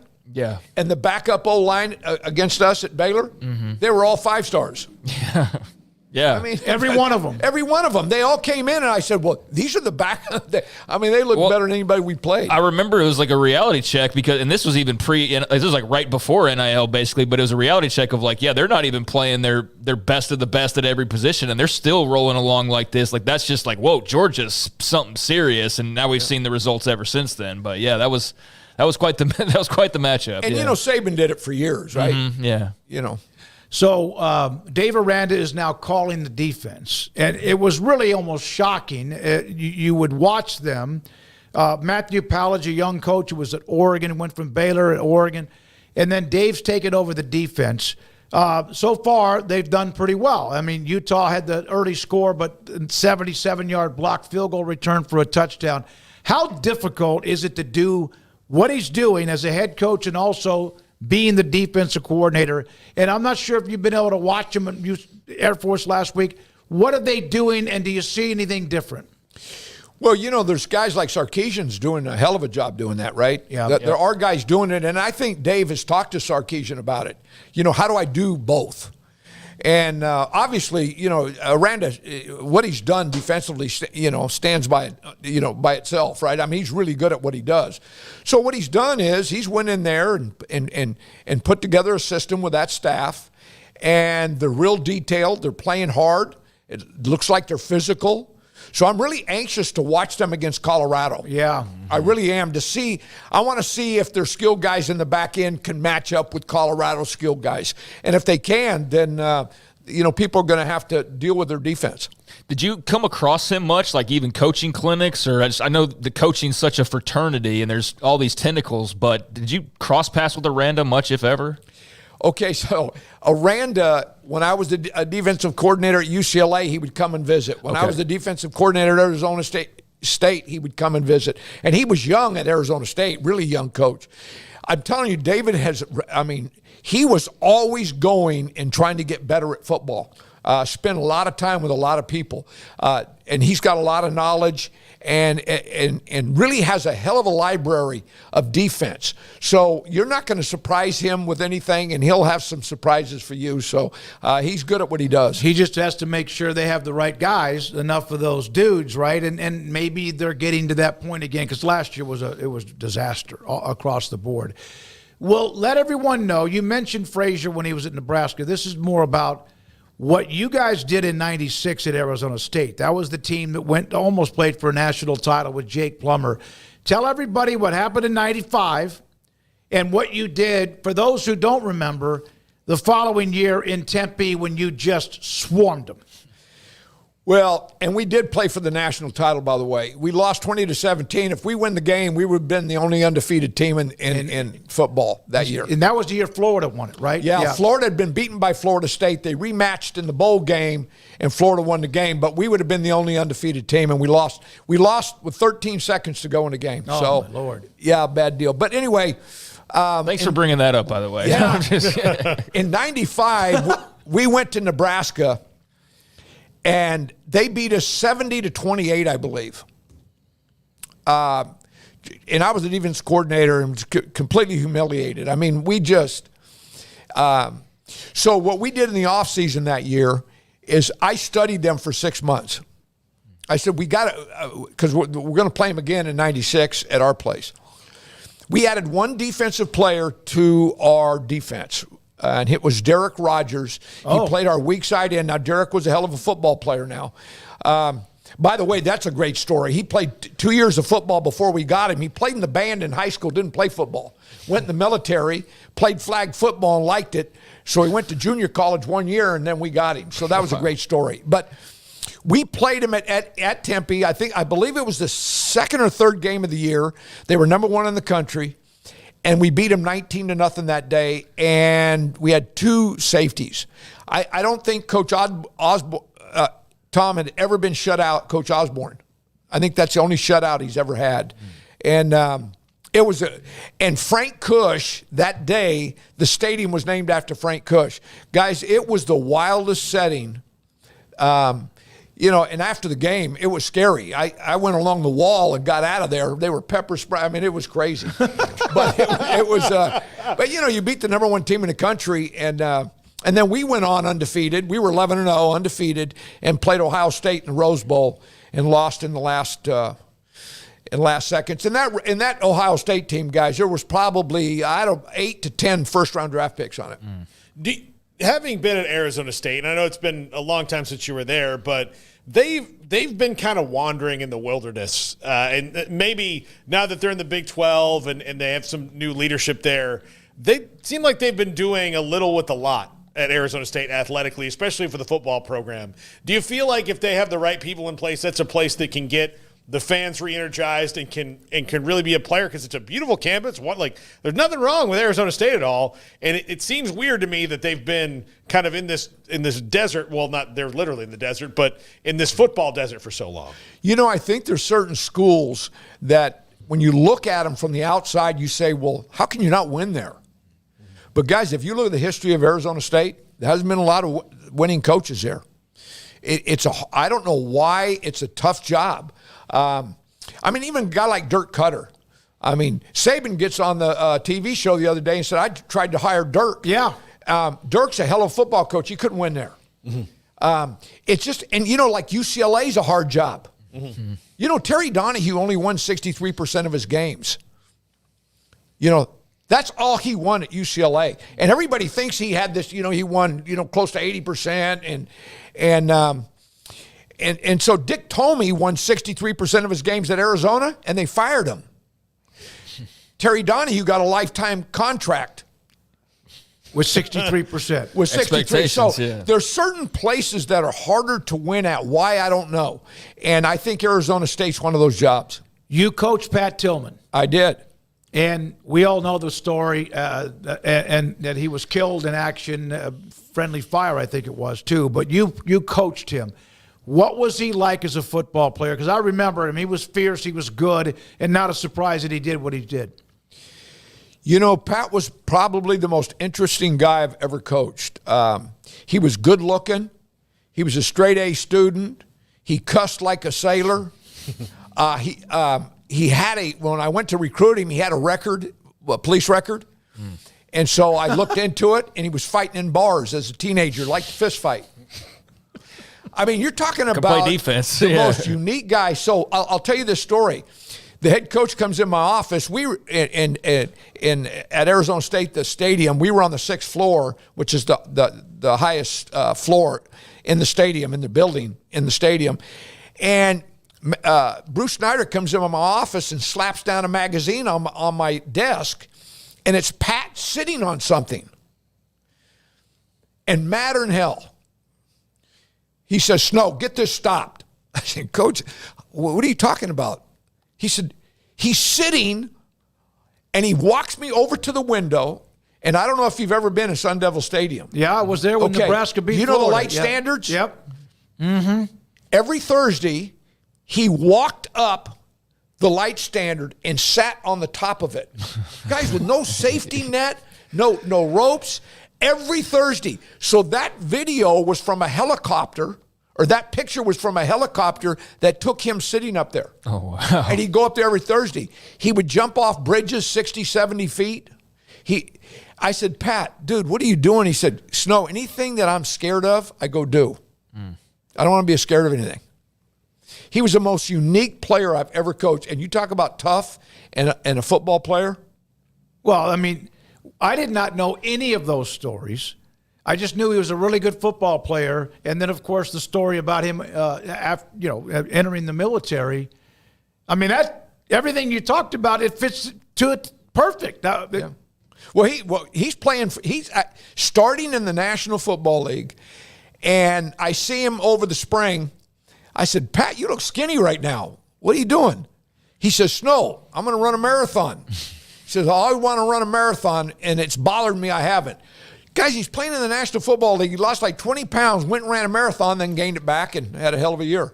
And was there a player at Baylor that you feel like when you talked about how you, Matt, and that staff would develop players? You mentioned Henry Black, or just maybe I know there's probably more than there's maybe 8 or 10 that you just didn't know was going to be able to play, but just became one hell of a player with you, that maybe just because he had that resiliency and fire.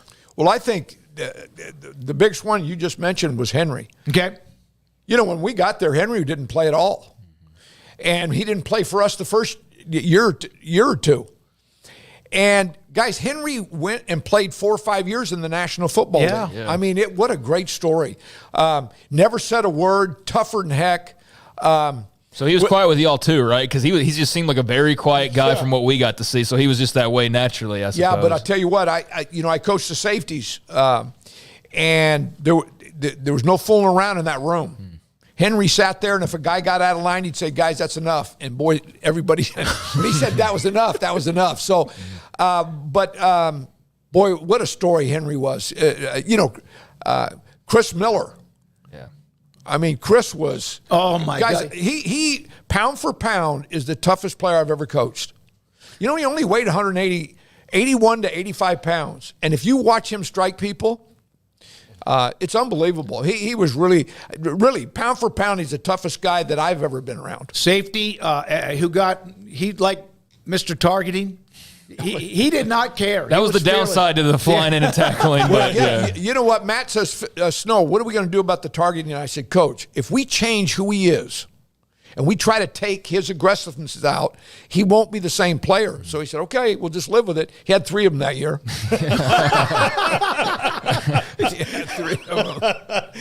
But the receivers second guessed when they felt him around them. Hey, guys, I'm telling you, I talked to receivers in the NFL They said, hey, Snow, we were afraid to go across the middle because Miller didn't care about getting kicked out. I said, you're right about that. Man, those safeties you coached with Tillman, with him, and then, with Miller. And, oh, man, people love the stories that we're discussing with Phil Snow in studio, and we appreciate you. The Bears, you were there, and I know, did you try to do you consult now? Because Alexis Cuban went to Baylor. She went to Baylor. She's now writing for a state of Louisville, the Louisville Courier. I just talked to her this morning. Yeah, and you had consulted the defensive coordinator at Louisville. And so are you doing that quite a bit from home? Do you go visit? What do you do? I do both. Ron English, the defense coordinator at Louisville, played for me, GA'd for me, and then came back and coached with me. So he called me this summer, and he said, Snow, I'm going to send you some tape, and I want you to look at it and see, do you have anything that could fit into what we do? And so I called him. I said, Ronnie, come on, you need to come a couple days. I got some really good stuff for you. So he's going to run a package this week that we put in, and he's really excited about it. But yeah, I try to do that. I'll try. It's like the defensive coordinator at USC, Lynn. Yeah, his dad was the head coach of the Chargers, and so he'd never coached in college before, and he gets the UCLA job a year ago, and he calls me. I don't know him at all, and he says, Snow, I've been told to call you about college football. He said, I've never coached. I said, well. And so we talked, and I'd met his dad. I had a lot of respect for his dad. So I said, yeah, I'll help you, whatever. So we talked on the phone probably 4 or 5 times for, equivalent to 7-8 hours. And he went on and had close to a top 10 defense, and then he got the USC job. And then they tried to hire me, and I said, I'm done, guys. I'm not. Well, he's the hire of the offseason for me at USC. No, guys, he is. I'm telling you, if you sat down with him, how impressive he is, how he handles himself, how bright he is. He's a fantastic football coach. He's going to go like this. Him and Tony White, Matt's DC, are probably the 2 hottest young coaches in football right now. By the way, Louisville has a defensive end, Ashton Gelati, who is a monster. Is he? I'm sure you watch. Watch him a little bit. He is really good. Yeah. So you just mentioned that he's like, hey, come coach here. So just where are you now? Are you just done? Is the consulting just give you that fix, but you don't have to be in the office hours a day? Just can you kind of talk about where you are in life and in your career and where all that is right now? At some point, I thought I'd coach forever, right? And then, about a year ago, it started to be a job for me. Okay, yeah. And it's never has been a job. One of the problems, if you look at the National Football League right now, there's a lot of older men coaching. And it's because they won't give up the money. And there's a lot of guys in their 70s coaching. It's amazing, or high 60s. And financially, they don't need to. But when they're paying you $1 million, $2 million, it's hard to say no the next year, right? Sure, yeah. And so I had to make that decision. And my wife and I sat down, and we'd like to enjoy our life. So I said, you know what, that's it. So, I'll consult. How long I'll do it, I don't know. And then we'll just go from there. Do you have shirts with every logo of every team you ever coached or not? Okay, so my wife has put together all this stuff, and she wants to put it up in a room, and I won't let her, right? All the plaques and shirts and articles. And guys, at UCLA when I was there, they even wrote a Christmas carol with my name. Let us know. It was unbelievable. It was in the LA Times, and, it has so many neat things over the years, right? But they're all in boxes. So it'd be kind of like your sports memorabilia man cave or something. Yeah, but I don't even have a man cave, so. I always wondered about that. With the players who have been on 5 or 8 teams and coaches who have been everywhere and have your polos or your hoodies or whatever. Maybe you have a Matt Rule smock that he made pretty popular with the run at Baylor. Man, you are Paul, give him your idea on the air. Oh, okay. Someone just brought it up. Yeah, Paula McReynolds just brought this up. We have Phil Bennett on every week. And you know Phil. I do. Okay. I think we should do a series of videos of you guys breaking down defense called Get Your Fill. Working title. But I think it would do very, very well. Just you two sitting in a room with film going, here's what I like, here's what I don't like. This is really innovative. We'll put Tony White's defense on and you guys can just go to town, and it would do very well. Oh, that'd be fun. Yeah. Okay, there we go. All right. That's all I need. we have Phil on, and of course he's a mess too, but he's been a lot of different places too. Oh, he's a great guy. Can I tell you a story about him? Yes, please. Okay, I'm coaching at Arizona State, and we go and play Oklahoma State. And no, that's not true. I'm at UCLA. Let me get my story right. I'm at UCLA because I'm thinking about the player it happened to is at UCLA. So we go to UCLA. We're playing Oklahoma State. They have a first-round draft pick. I can't remember his name. The 49ers drafted him in the first round. Anyway, and Ricky Manning Jr.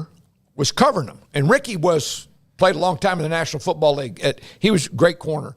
Anyway, he gets like 6 PIs in the game. Ricky does on him. And we beat the heck out of them that day. We had a good day. Anyway, so on Sunday, I get a phone call.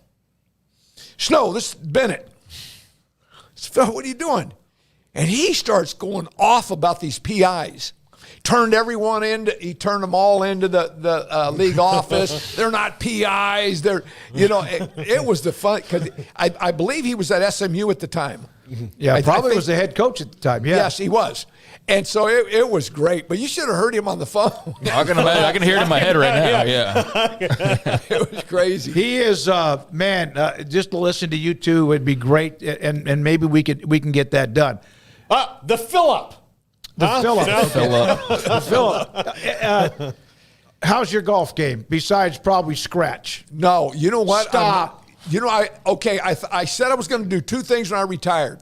I was going to get better at golf, and I was going to read the Bible, completely read the Bible. Okay, let me tell you a golf story real quick. When I was 17, I took my first golf lesson. My brother was 16. So we took 6 golf lessons together, and then we played 9 holes with a pro at the end of the 6 lessons.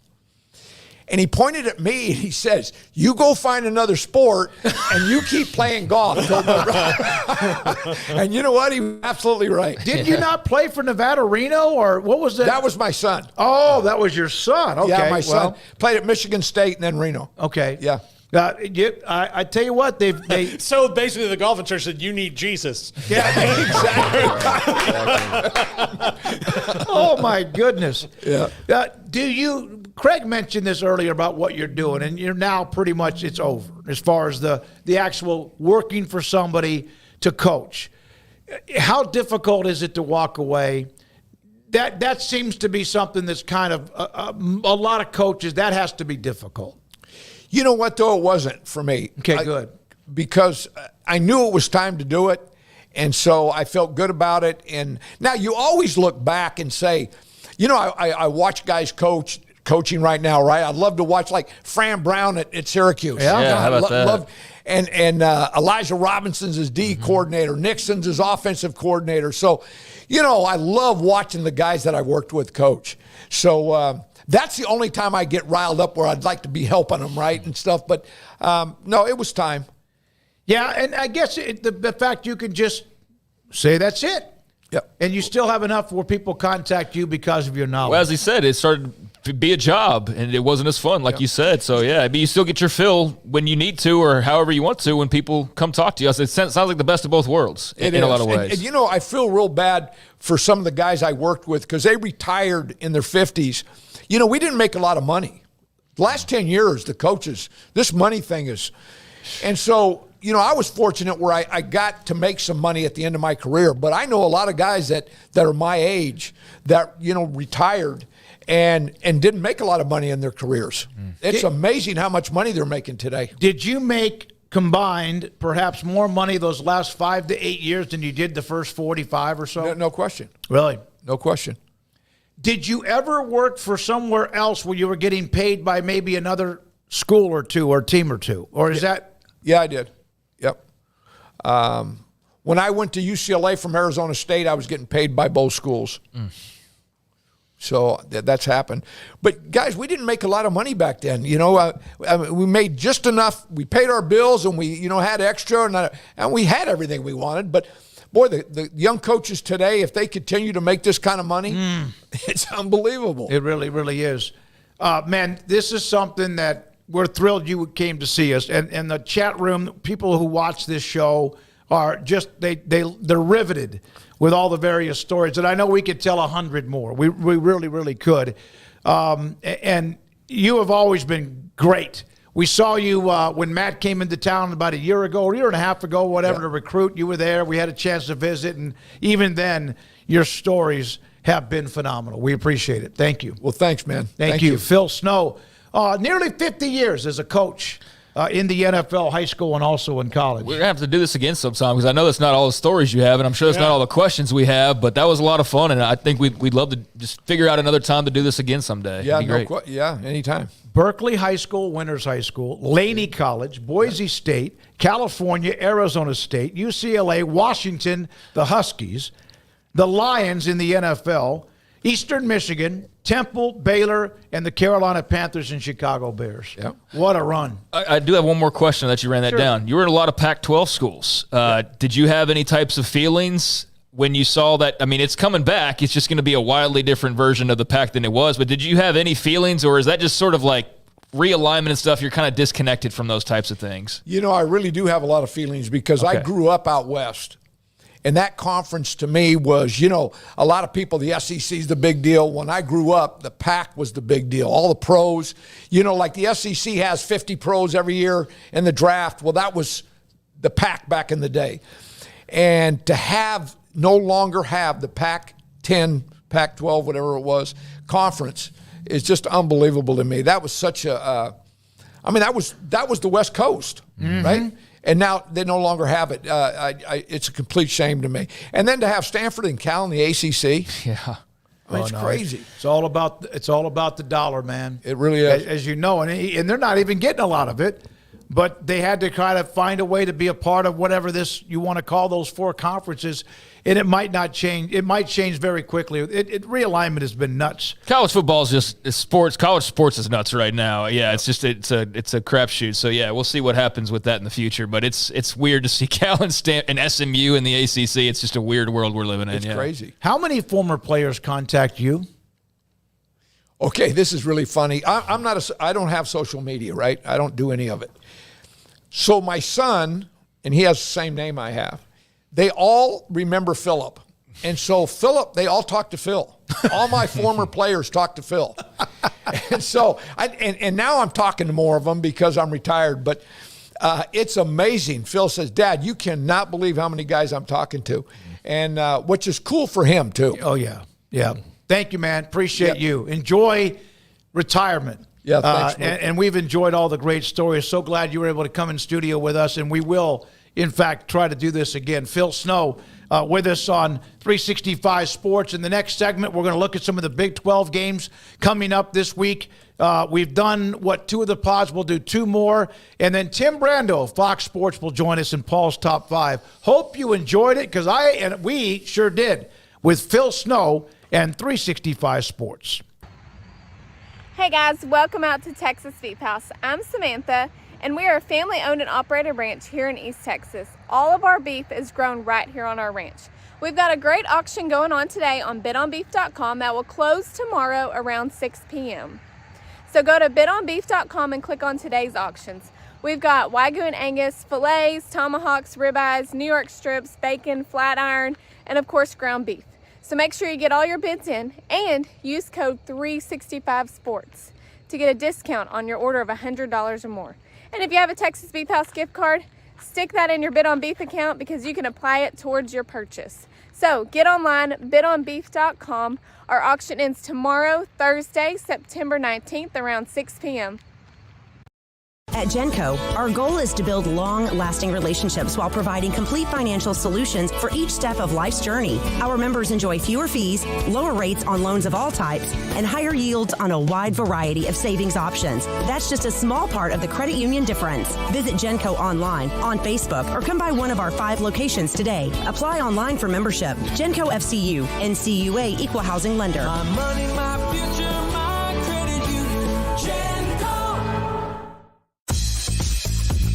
Baylor Scott and White Southwest Sports Medicine and Orthopedics, the team physicians for Baylor Athletics, diagnosing and treating all sports-related injuries, including concussions. These specialists also provide orthopedic services for athletes and non-athletes alike, whether it's knee or shoulder pain, a wrist injury, orthopedic spine care, and even an arthritis and total joint clinic. Trust the doctors Baylor Athletics trust. Baylor Scott and White Southwest Sports Medicine and Orthopedics wants to get you back in the game. Ready to take your business to the next level? Carrion Solutions has got you covered. We deliver world-class IT consulting, including Quest On Demand and Migration Manager, M365 and Exchange migrations, Active Directory assessments, security hardening, and Windows Server upgrades.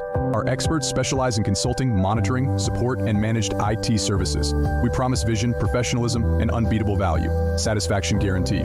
If you're not happy, we make it right. Remember the name Carrion Solutions. For more info, email sales@carrionsolutions.com or visit carrionsolutions.com. That's CARRION solutions.com. Carrion Solutions IT success guaranteed.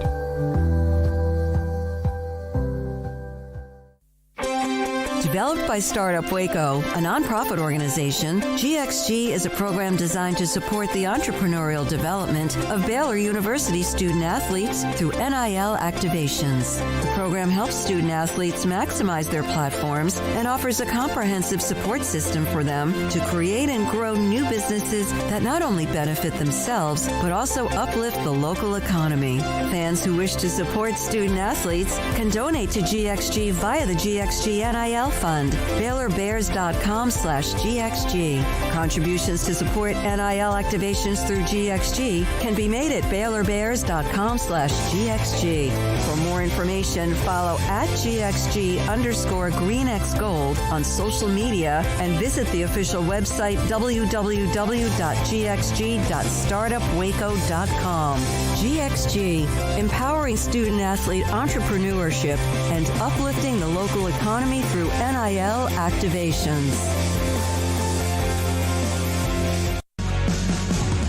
This is 365 Sports, powered by Sikkim365.com. The 4 o'clock hour is sponsored by Boozer's Jewelers, the wedding ring store, specializing in custom jewelry and repair, all in-house. Now here's David Smoak, Paul Catalina, and Craig Smoak. Thank you for the super chats that we have received today and the comments on Phil Snow in our studio. We appreciate you for that from the Eye Patch and Clint Moses, and I know many others. A lot of discussion about Fresno back in 1950, the old Clovis, not now, and some of the NBA players that have come out of that area. We appreciate you, Kyle Visser. A lot of you. Troy Urbanky, who mentioned that. Bobby B, stellar segment, $4.99 super chat. So we do appreciate that. And a bunch of the comments from Phil Snow. All right, the Big 12 pod. We are in the pod that includes, we'll start with Iowa State, K-State, KU, and West Virginia. All right, so Iowa State, we mentioned. Big 12 North. Big 12 North, there you go. Craig's got specific names of them, and that's one of them. Iowa State, been kind of under the radar a little bit. They have Arkansas State in a game that you think they should continue to run what they're doing. And what Iowa State's done, that win against Iowa, of course, was huge for them. Quality win, Craig. Yeah, you hadn't heard about them lately because they had the open week. So we heard about them with that win over Iowa, and then we didn't hear about them because they went and celebrated for an extra few days and got back to working on what they need to work on for this second leg of the schedule because, of course, remember, everybody's got 2 bye weeks. They just had the super early one, but coming right after that Iowa win, I think, was great timing for them. But I think they're a team that's right there just outside the door entry to the club of contenders, and I think even the door might be a little bit cracked for them. It remains to be seen because we do have such a long way to go, but I do like them as a team in that top handful besides K-State and besides Utah and whoever else you would like to throw in that mix. But I think they're above Arizona now. I think they're above like quite a few teams that maybe they were all kind of positioned with in that middle of uncertainty, I think they're at the top of that pile now. So I like what Iowa State's got going on. Arkansas State, I'm not sure we're going to learn a whole lot this week because that's not an opponent that I feel like is going to test them the way that we're going to see them get tested moving forward. But it's a solid 2-1 team that just went and lost by 10 to Michigan, which you take that how you want to, given where Michigan is. But this is a game they should win. They should be 3-0, and they should be marching into Big 12 play feeling really great about where they are, especially coming off of a week where hopefully he got healthy. I think it's a bit of fortunate scheduling for them that you have the Cyhawk game, and then you get that bye week. In that you had this emotional game and a lot of injuries, and a lot of injuries that you get to heal up. You had this very physical slobber knocker of a game that you came back in, but then you also have a week to maybe avoid the immediate letdown game. So you heal up and you kind of move past the Cyhawk game, the rivalry game, and then you move on. You get Arkansas State, who can do some things, but this should be a win. They're 22-point favorites in this game. The real test starts coming when they get into Big 12 play, but they've got a nice little runway in that too. So if this is a team that can build some momentum and some confidence, I wouldn't want to play against them. That's for sure. I wouldn't really want to play against them now because of their style, but if they get confident, they're very, very dangerous. All right, Kansas State playing in Provo after the win when they drilled Arizona at home. Seemed to do everything. They had a special teams touchdown. They do that like 4 to 5 times a year. Obviously, the quarterback, Avery Johnson. I stopped saying Who is Avery Anderson? He's a player that plays for Oklahoma State in basketball, but I don't know why. But you're a Spurs fan, so Avery Johnson, I feel like, should be the one that stands out. But I just wondering who that was. You keep mentioning. I've done that 7 or 8 times, and it's unfortunate. And so they're now on the road against BYU up in Provo. It's a night game after the emotional and very impressive win against Arizona. Yeah, I mean, I don't know how emotional it was outside of just like excitement and happiness and all of the really good emotions because they were able to pull away in that second half and really leave no doubts about who the better team was. I thought K-State going in was a better team, but just didn't know really where on the measuring stick Arizona would find itself because we've just seen a little bit of this, a little bit of that from them. And then we saw a whole lot of K-State being better than Arizona in this game. Avery Johnson able to use his legs. They had some stuff for him this week that I know a lot of people have been clamoring for more run game from Avery Johnson, so we got to see a good bit of that. I think the passing game's just always going to be a bit of a progression thing, but he looked good there. He's obviously not an elite thrower right now, and I don't know when he will be, but he's good enough to get the job done, and especially when you have the dual threat element to him. So that was really encouraging to see. But yeah, that game was pretty one-sided in favor of K-State ultimately. So I think you feel really great about that. You separated yourself. You're in that top contender list now as well. Some may argue you're the best team in the league, depending on Cam Rising's health or even regardless of Cam Rising's health. And that's kind of where we positioned K-State before the season started. So I think they're right where you expected. They maybe have had like a blip or two just in terms of play that has been a product of replacing your O-line, replacing your OC, having a young quarterback, but they've navigated that well. They took care of the Wildcats, which was a game that you looked at. You're just like, oh, it's a weeknight. Is at home, but you just never know. You didn't know how good Arizona was, but now you pass that. BYU, though, is really interesting because it is at night in Provo, and so that does add an extra element of danger. I do think they are the better team and they should go win this game, but the elements involved could make this more interesting than, let's say, if it was played at a neutral site or played in Manhattan on a Saturday afternoon. So that part of it makes it more intriguing, but I still feel like they should be 4-0 after this game. Yeah, I think they'll be 4-0. Avery Johnson fan club member here, as you guys know. So I might be the treasurer or something like that. I mean, I really do like him. I can't wait to see as he gets better and better, as he gets better as a passer, as he adds elements to his game. I love both their running backs. Dylan Edwards had the punt return as well last week. They've got a lot of different ways that they can that they can score on you. And Chris Kleiman's always going to be kind of turning the screws on that defense and the way that things go. I like them at the top of the conference still. My opinion hasn't changed that much. Maybe they're a little less experienced than they need to be to really make a deep run if they got to the playoff, but we're not even to that point yet. I think this is a team that can get on a real roll. All right, so there you go with that. K-State and BYU. Now Kansas. Woo. Lost twice now, UNLV. They lost as well to Illinois, who you heard Phil Snow talk about how good Brett Bielema and his defense. They've got big physical receivers. But KU and West Virginia, you have these games where both teams need to win. Something has to give here.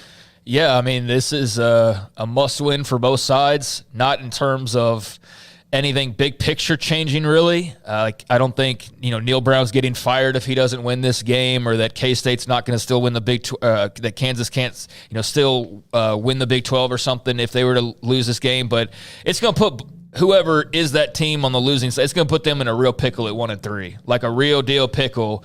You still got the remaining conference schedule left, but given the expectations for both, where each one was.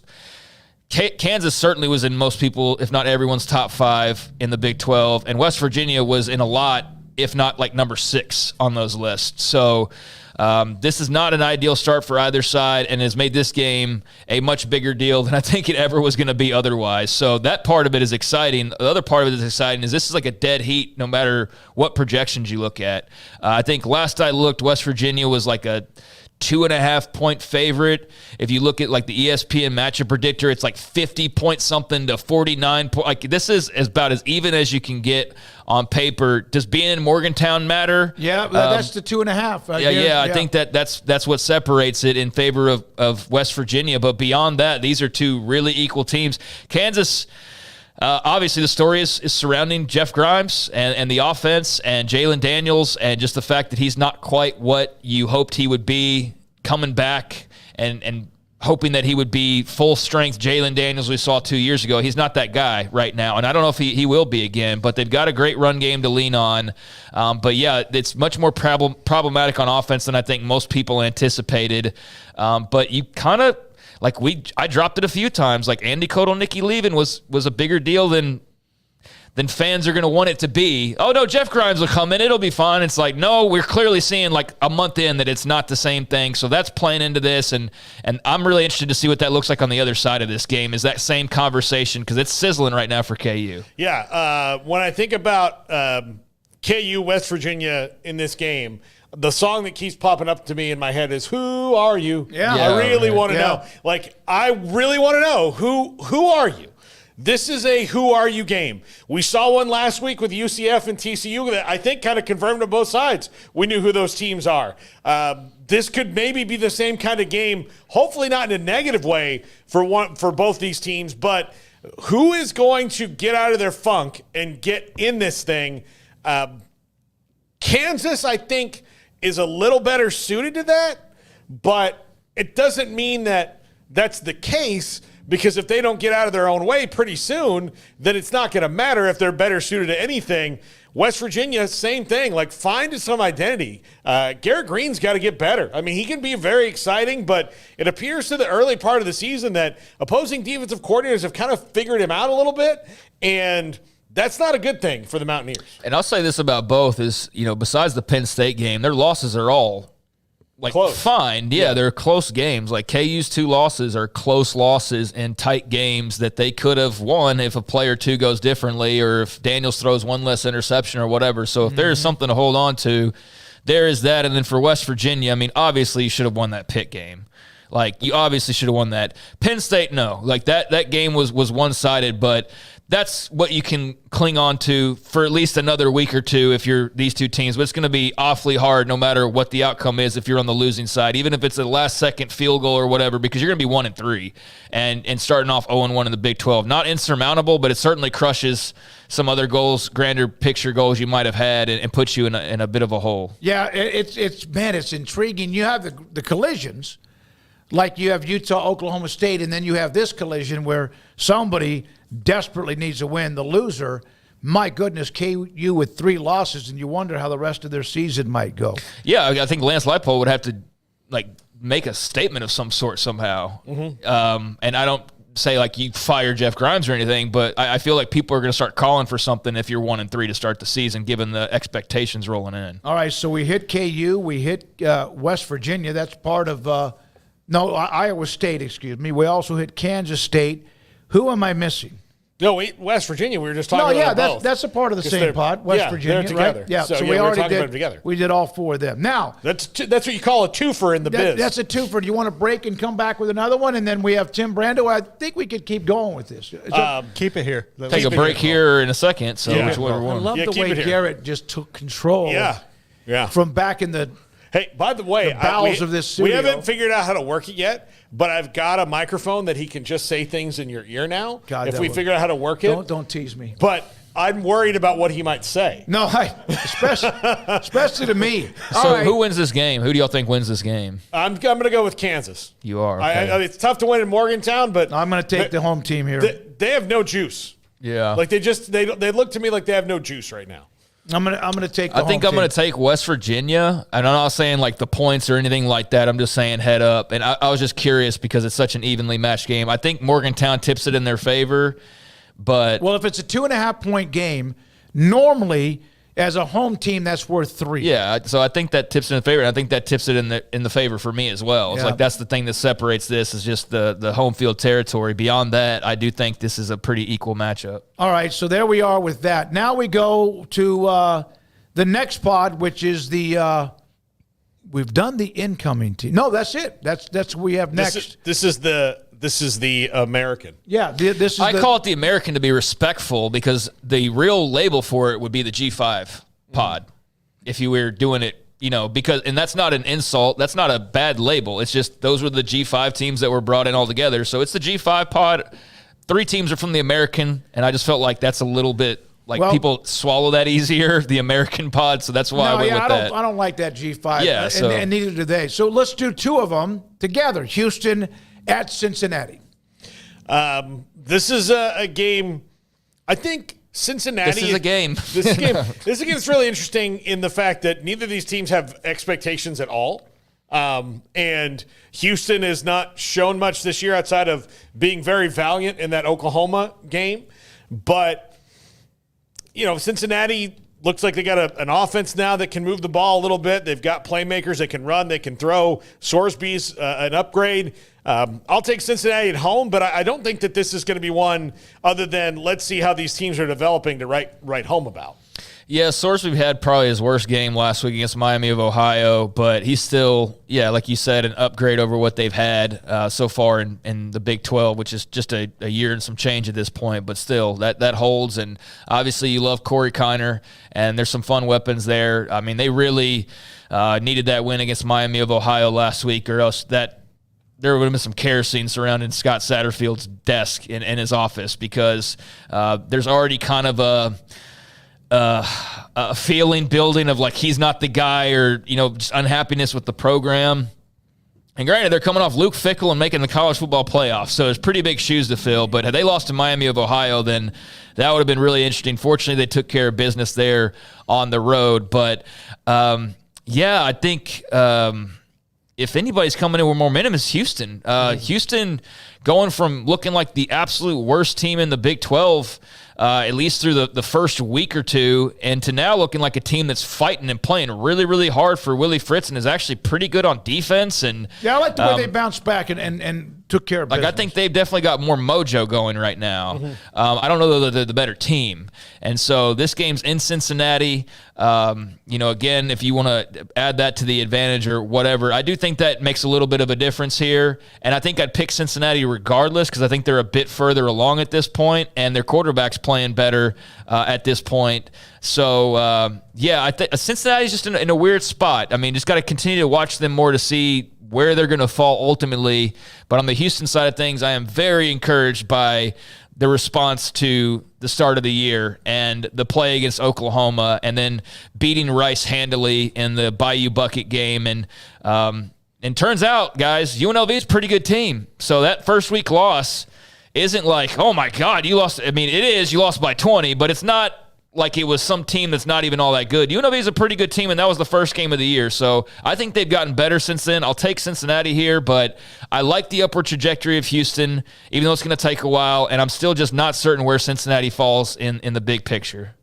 Kansas State, we brought them up. At BYU, we brought this game up. At BYU is a part of the American or G5 pod, in entering the ones who entered the first foursome, and now we have four new ones this year.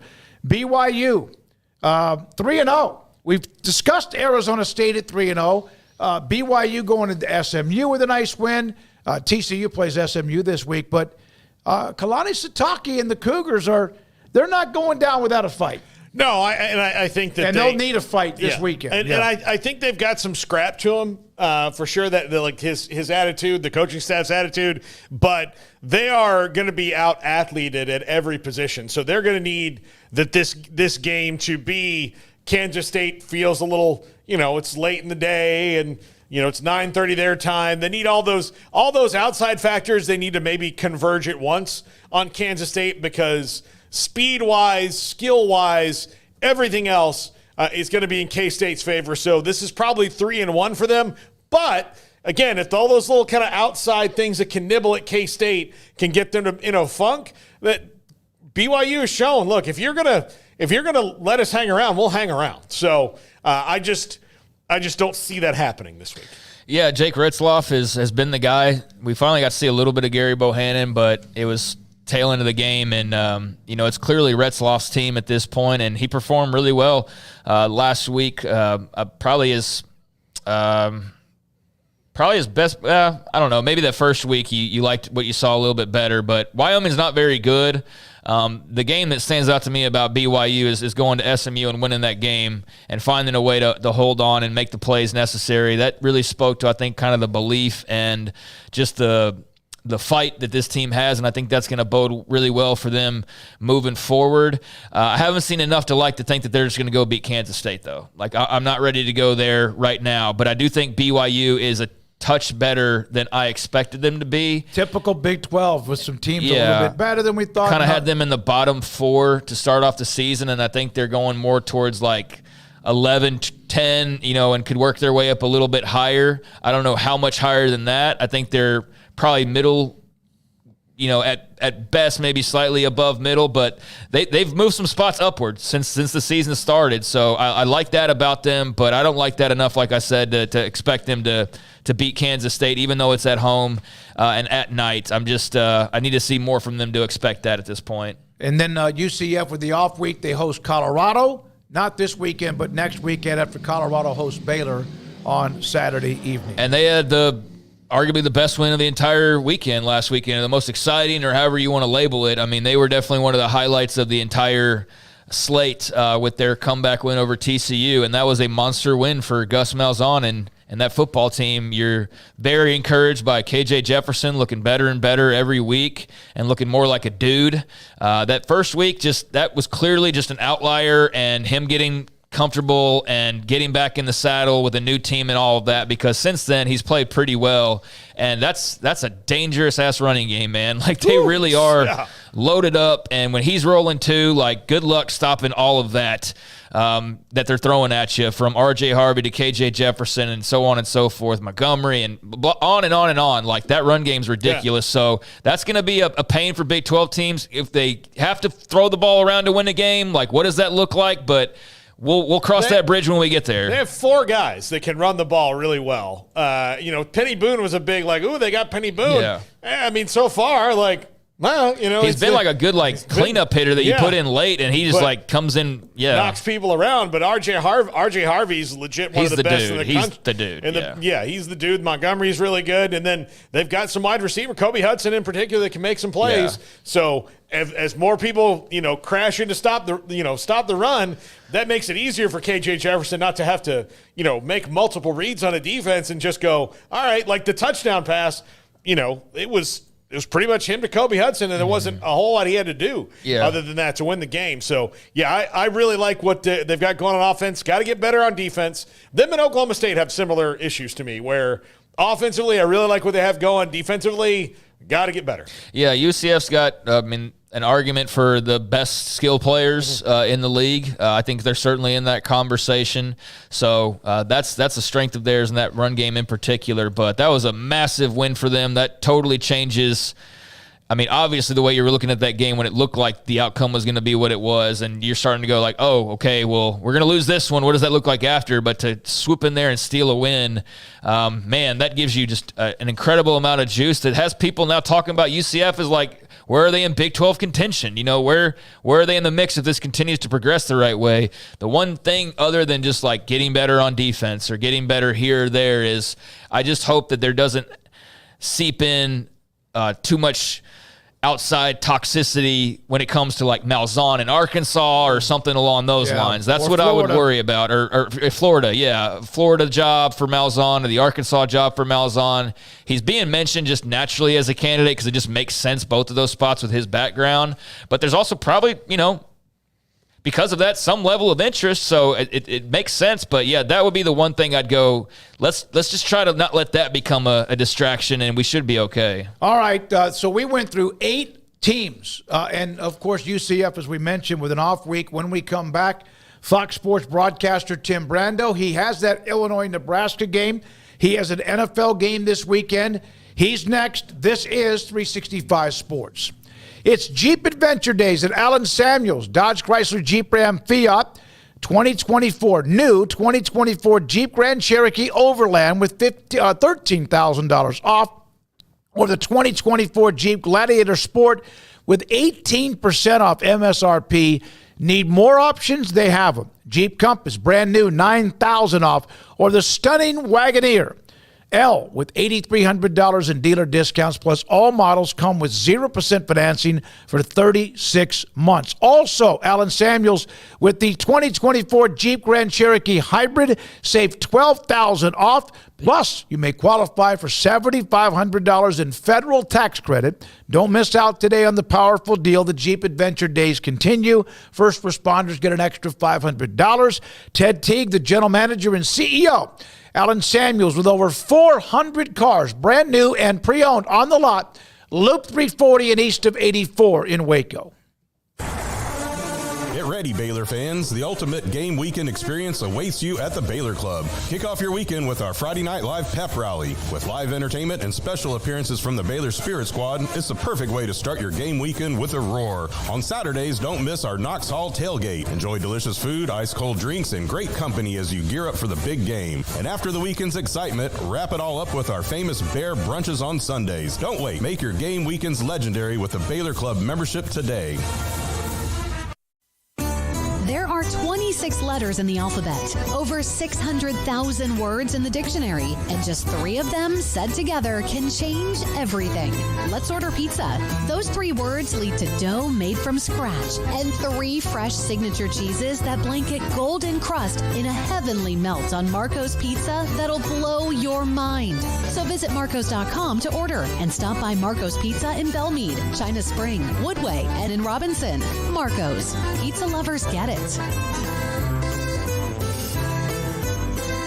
With so many companies and policies out there, it gets so confusing shopping for insurance, and I never know if I'm getting the policy that's right for me. Luckily, I met the team at the Niche Group Insurance Agency. With the Niche Group, you can go to one company and get access to coverage options from many insurance carriers, and you get to speak to a real person about your specific coverage needs. With the Niche Group, I know I'm getting the right coverage at the right price. If you need insurance, talk to the experts at the Niche Group at 1-800-258-8302. TFNB Your Bank for Life is the official local bank of Baylor Athletics.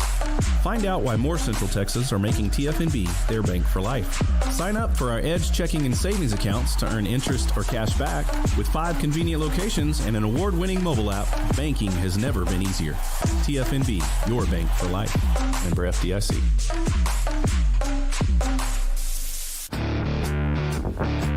This is 365 Sports. The Sikkim 365 app is brought to you by Allen Samuels Dodge Chrysler Jeep Ram Fiat. Come by, let's be friends. Tim Brando. We love to have Timmy B on the show. He's got double duty this weekend with a college game in Lincoln, Illinois. Brett Bielema, Matt Rule, Nebraska, and then also an NFL game. Timmy B, thank you. I know you've had a busy day flying in and also doing other engagements. Thank you for your time. Are they locked in Lincoln, even though the game's got a couple of days away? I just got we just pulled into the hotel in Lincoln. I was talking with the guys at Hill Varsity Radio, Schmitty and company. They're buzzing. I mean, they are big time buzzing here. And, for the first time in a while, Smoak, they've got reason to do that because Matt Rule is a proven commodity. I mean, you know that better than anybody. You look at what he did at Temple in year 2, what he did at Baylor in year 2, and now he's got, a program that, no disrespect to either one of those programs, including yours right there in lovely Waco, but you got a lot more tools to work with and a lot of great history that you didn't have at Temple and you really didn't have at Baylor. And the sky's the limit in terms of what they can actually achieve. I really believe that if they win this game against Illinois on Friday night, they got a great opportunity to get to 7-0 by the time they go into Columbus. And if they can go into Columbus 7-0, look out, because they'll be a dangerous 7-0 by that time. The schedule has been perfect for them in terms of the development. Dylan Raiola is, you guys remember all the great things I was saying about Avery Johnson before we went into Manhattan last week. Well, you watch Dylan Raiola and Avery Johnson side by side. I mean, they look like clones. And they have similar profiles, local kids, guys that dreamed of playing quarterback at said institution, with parents that were part of the program, all that. Okay. So, the mixture of what you have to really rev up the locals to go along with the history and tradition of this program at Nebraska. Oh my God. Now look, I've been through the different machinations of them trying to bring their program back to the level of the Tommy Frazier-led Huskers in the 90s, and they flamed out each time. But when they flamed out, they weren't doing it with coaches that have a similar pedigree to that of a Matt Rule, at least at the collegiate level. And for media types that were concerned because it didn't work out for him in Carolina, look no further than where the Carolina organization is now, okay, to understand that was outside his control. All right, that's the most pitifully run NFL organization, period, with exclamation point. Whereas, now he's got more control over his success at a place like Nebraska. And I think he also learned the hard way, maybe, but like a lot of coaches, that he's a college coach. He's not a pro coach. And the ensemble of talent that he's been able to bring in here with the infrastructure, the NIL circumstances, and even really when you think about it, the couple of years he spent in the NFL has probably only helped him in terms of dealing with the crazy part of what college football is today. The career college guys now that are struggling with this, Dabo Sweeney types, if you will, Nick Saban checking out the way he did, seeing the writing on the wall. Guys that have been at it and got used to it being done one way, they're not as comfortable. But guys that have spent a lot of time in the pros, Kiffin at Ole Miss, to a certain extent, this guy, Matt Rule, it may not have been a good experience, but it's an experience that he can profit from in terms of the way you put together a team now. A roster is going to change so dramatically from year to year. The numbers on transfer portal are amazing right now in terms of who's making an impact, and especially at the quarterback position. So if you don't have a homespun, homegrown guy like an Avery Johnson or like a Dylan Raiola, then you've got to do it through the portal. And he who gets it done the best in that portal is going to be successful. Tim, the other side of this game, Illinois, Brett Bielema's built a really strong defense there. They are they are now a team that, you can't really, for a while you could kind of rubber stamp in the Illinois, that's probably going to be an easy one. It's not. They're not an easy out. No. They're playing really well. This is a tougher test than even Colorado for Nebraska. Without a doubt. Oh, without a doubt. And, Holtmeyer is a fantastic quarterback. Where'd they get him? The transfer portal. And the guy can wing it, The fun part about this game, I think, we're going to be talking with the coaches tomorrow, and then Friday. Actually, we're really happy that we're at the hotel we are here in Lincoln because Brett and his crew are going to be staying in the same hotel with us. We'll be able to visit with them tomorrow night. They both are mirror images of one another. These are two coaches that want to pound the rock. First and foremost, you got to run the football and you got to run it well. The last time I saw Matt Rule coach a team at the collegiate level at Baylor was the team that, if you recall, had that unfortunate loss at TCU before they beat Oklahoma and went on to win the Big 12 championship. I don't need to tell you about the converted linebacker that turned into a running back. Yeah. and helped him pound the rock. You got to find running backs to first and foremost win the game with your strength and your brawn, and then have dynamic plays, explosive plays in the passing game. And he's got that with Holtmeyer's quarterback. And, it's just the foundation for both of these guys is the same. Brett has won in the Big Ten. He knows how to win in that league. And I think at Illinois, they had a tough year last year, had some tough losses and injuries. So I thought last season was a bit of an aberration for them. They had a really good year, if you recall, the season before that in 22. And I think they're back on track now. That win against KU gave them some juice. And looking at, they played an FCS. You look at the FCS opponent that Nebraska had last week. That was a numbers game. They were able to just pick up and move on. But Illinois, I thought, looked really good on tape, too. And I think it's going to be a very, very exciting game. And both teams are going to try to pound the rock first and foremost. It'll be like an inter-squad game, I think, for both of them. And I think it'll be one of those games that lasts about three and a half hours tops because both are going to try to run the ball. But it's not to say that they won't have some explosive plays because I think they will. Both teams like to use the tight end a lot, and both teams have burners on each side that can give you some big plays that way too. So it's going to be a lot of fun. And I think, I may be wrong, but I think Dylan Raiola, much like Avery Johnson last week, will be introduced to the world. Talked about the Friday night package and what it meant to Fox. Michael Mulvihill, who's our metrics guy and the guy that put together he was really the author of the Big Noon concept. He came up with this Friday night package idea with the idea that, okay, CBS and NBC are going to have a good portion of the Big Ten now. So how do we hold on to some Big Ten games and feature some Big 12 matchups that are important? Let's do it on Friday night. And a lot more eyeballs are available to watch on Friday than on Saturday for games like this. And Avery Johnson became sort of a household name last week. And I think the same could be true for Dylan Raiola. If he has the kind of game I think he might.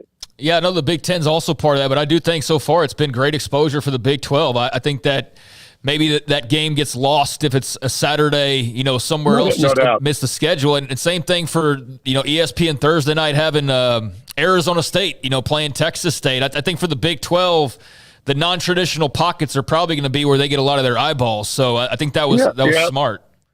Brett Yormark was at the game. I finally met him. He came to the booth to say hello.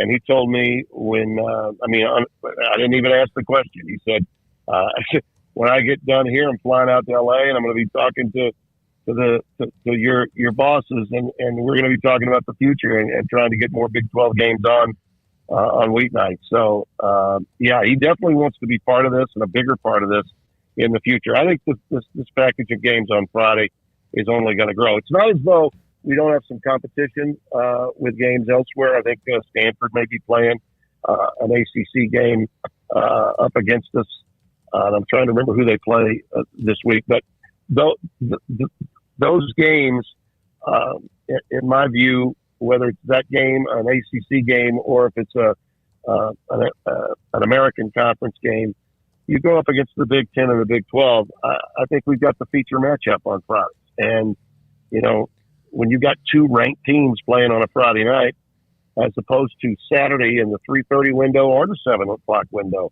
there's just so much competition for you. So, Yormark's a smart guy. He wants to create more revenue streams and get more exposure. And look, we're better to do it than Fox. We're a network that was created by football. I mean, really created by football. So, and our college football portfolio is growing, and this is the most recent example of that.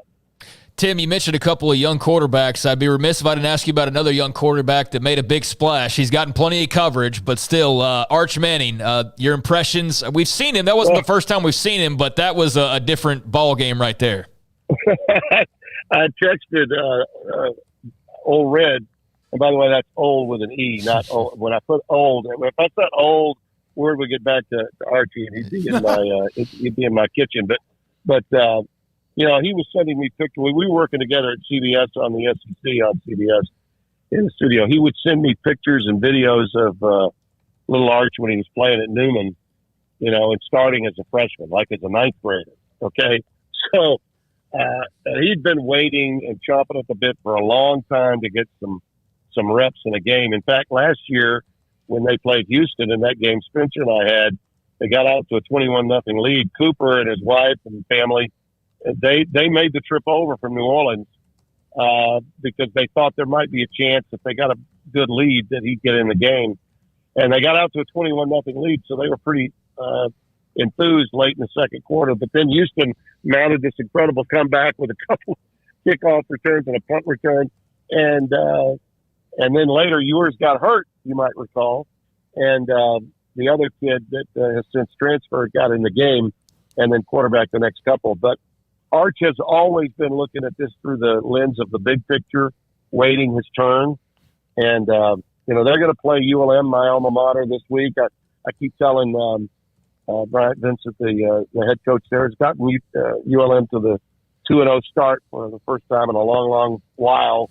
And they're excited too. I said, just stay healthy through this one. But I want to give you guys an interesting artifact on that game. In the late 90s, mid to late 90s, in high school in Shreveport, Louisiana, there was this wonder kid quarterback who was also a first-round draft pick of the Florida Marlins. His name was Josh Booty. Josh decided to take the Marlins' first-round pick, and he went to this was in 95, okay? So he goes and actually it might have been 94 because he got a Marlins World Series ring. He came up on the 40-man roster late in 94. Then he decided because he couldn't hit the curveball, and his brother Abram was going to LSU to play as a wide receiver, and he desperately wanted to get back into football. So he gave just about all of his bonus money back to the Marlins so he could go back to LSU and become a starting quarterback and play with his brother. About the same time that was going on, Peyton Manning was throwing passes to Cooper Manning at Newman High School in New Orleans. And Peyton and Josh were basically ranked 1 and 2, depending on what service you were looking at. And now here we go, a generation later. Josh's brother, Abram, has a son named Little Arch, named after his grandfather. And who is he going to be playing against at Darrell K. Royal Memorial Stadium? A team that's quarterbacked by General Booty, the transfer from Oklahoma, whose father is John David, the brother of Josh. So how amazing is that? Yeah. I mean, talk about a genealogical quarterback story to end all stories. And that's what you got. And I think at a place like my school that's got the lowest budget in Division I college football and was picked preseason as number 134 among the 134 Division I schools, for them to be 2-0 going into Memorial Stadium is something they're excited about. So that's a game that I'll have a little bit of an eye on come Saturday. Tim, in college football business news this week, we heard about Tennessee is going to be adding a 10% talent fee to their season ticket packages to offset costs. What are your thoughts on this? Like, I know it's kind of inevitable, and there's really nothing as a college football populace that we can do about this. It just seems like kind of crappy to me. Well, here's the thing. You got to understand now, everything's for sale. Everything's for sale. And we all just have to adjust and adapt to that. Tennessee had some very Neanderthal laws in the Southeastern Conference that people probably don't understand, going back as far as the 80s when Johnny Majors was coach. By example, they would not allow a coach. Think about this. When Johnny Majors was coach, before Philip Fulmer took over, the state of Tennessee would not allow its head coach in its contract to do commercials locally. Now think about that for a minute. Okay. I mean, can you imagine going into a college football town and not seeing the head coach of the said program doing commercials either for an auto dealership or, God knows what, right? They're all over the place.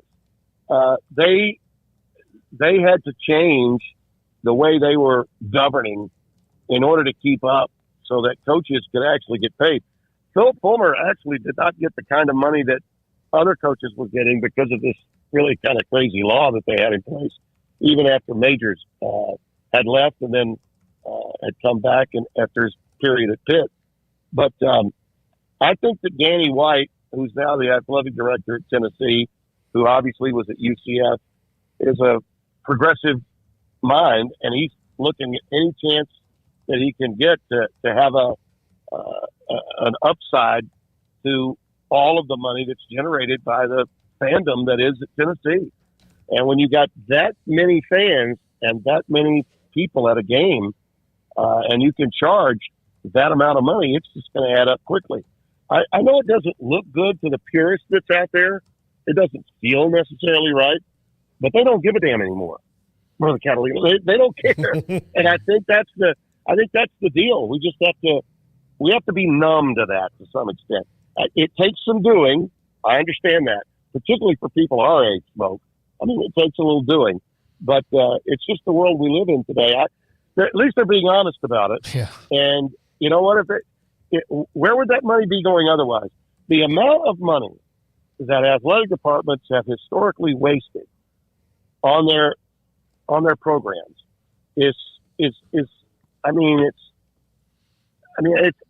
I couldn't even begin to tell you how much money has been wasted. Think about how many coaches have been fired. Now, I understand boosters now can pay it off. At a lot of places, they'll just pay off the coach like they did at A&M. But in a lot of schools, the state was actually required to honor the contract. So what did they do? They made them associate athletic directors, and they hung around with offices getting $85,000, $100,000 of athletic department money for what? Just for what? It was just totally wasted. And I think now if the money is going to go to the players, so be it. At least be transparent about it, which I think Tennessee is. Tim, your thoughts on the PAC, whatever it's going to be when all is said and done. But, I mean, the PAC is going to continue living. It's going to have more than just Oregon State and Washington State, and it's just a matter of if it's 8, 10, or whatever ultimately. That's all getting sorted out right now. But your thoughts on all of that? Well, I love it. And how smart was Wazoo and Oregon State to do what they did, huh? Yeah. I mean, think about it. The cry from the fans of Cal and Stanford to please God find a way to get out of your ACC deal to come back. It's already out there. Okay, it is. And they got impatient, they panicked, and they did what they felt they needed to do. And now, they've inherited some of the ACC's issues, which are plentiful. The Washington State and Oregon State, they decided to go to court, and they won with the Pac-12 schools that left to go to the Big Ten. And basically, because the conference remained intact and those schools left with time remaining on the contract that we're currently in, those schools pocketed all the money that was vacated by those schools that left for the Big Ten and the Big 12. $52 million annually for the next 2 years, which would tide anybody over playing at the Division I level. So Washington State was able to piecemeal, as was Oregon State, a schedule of mostly Mountain West teams and a few other teams to play, get their rivalry games moved to last week that used to be played rivalry weekend.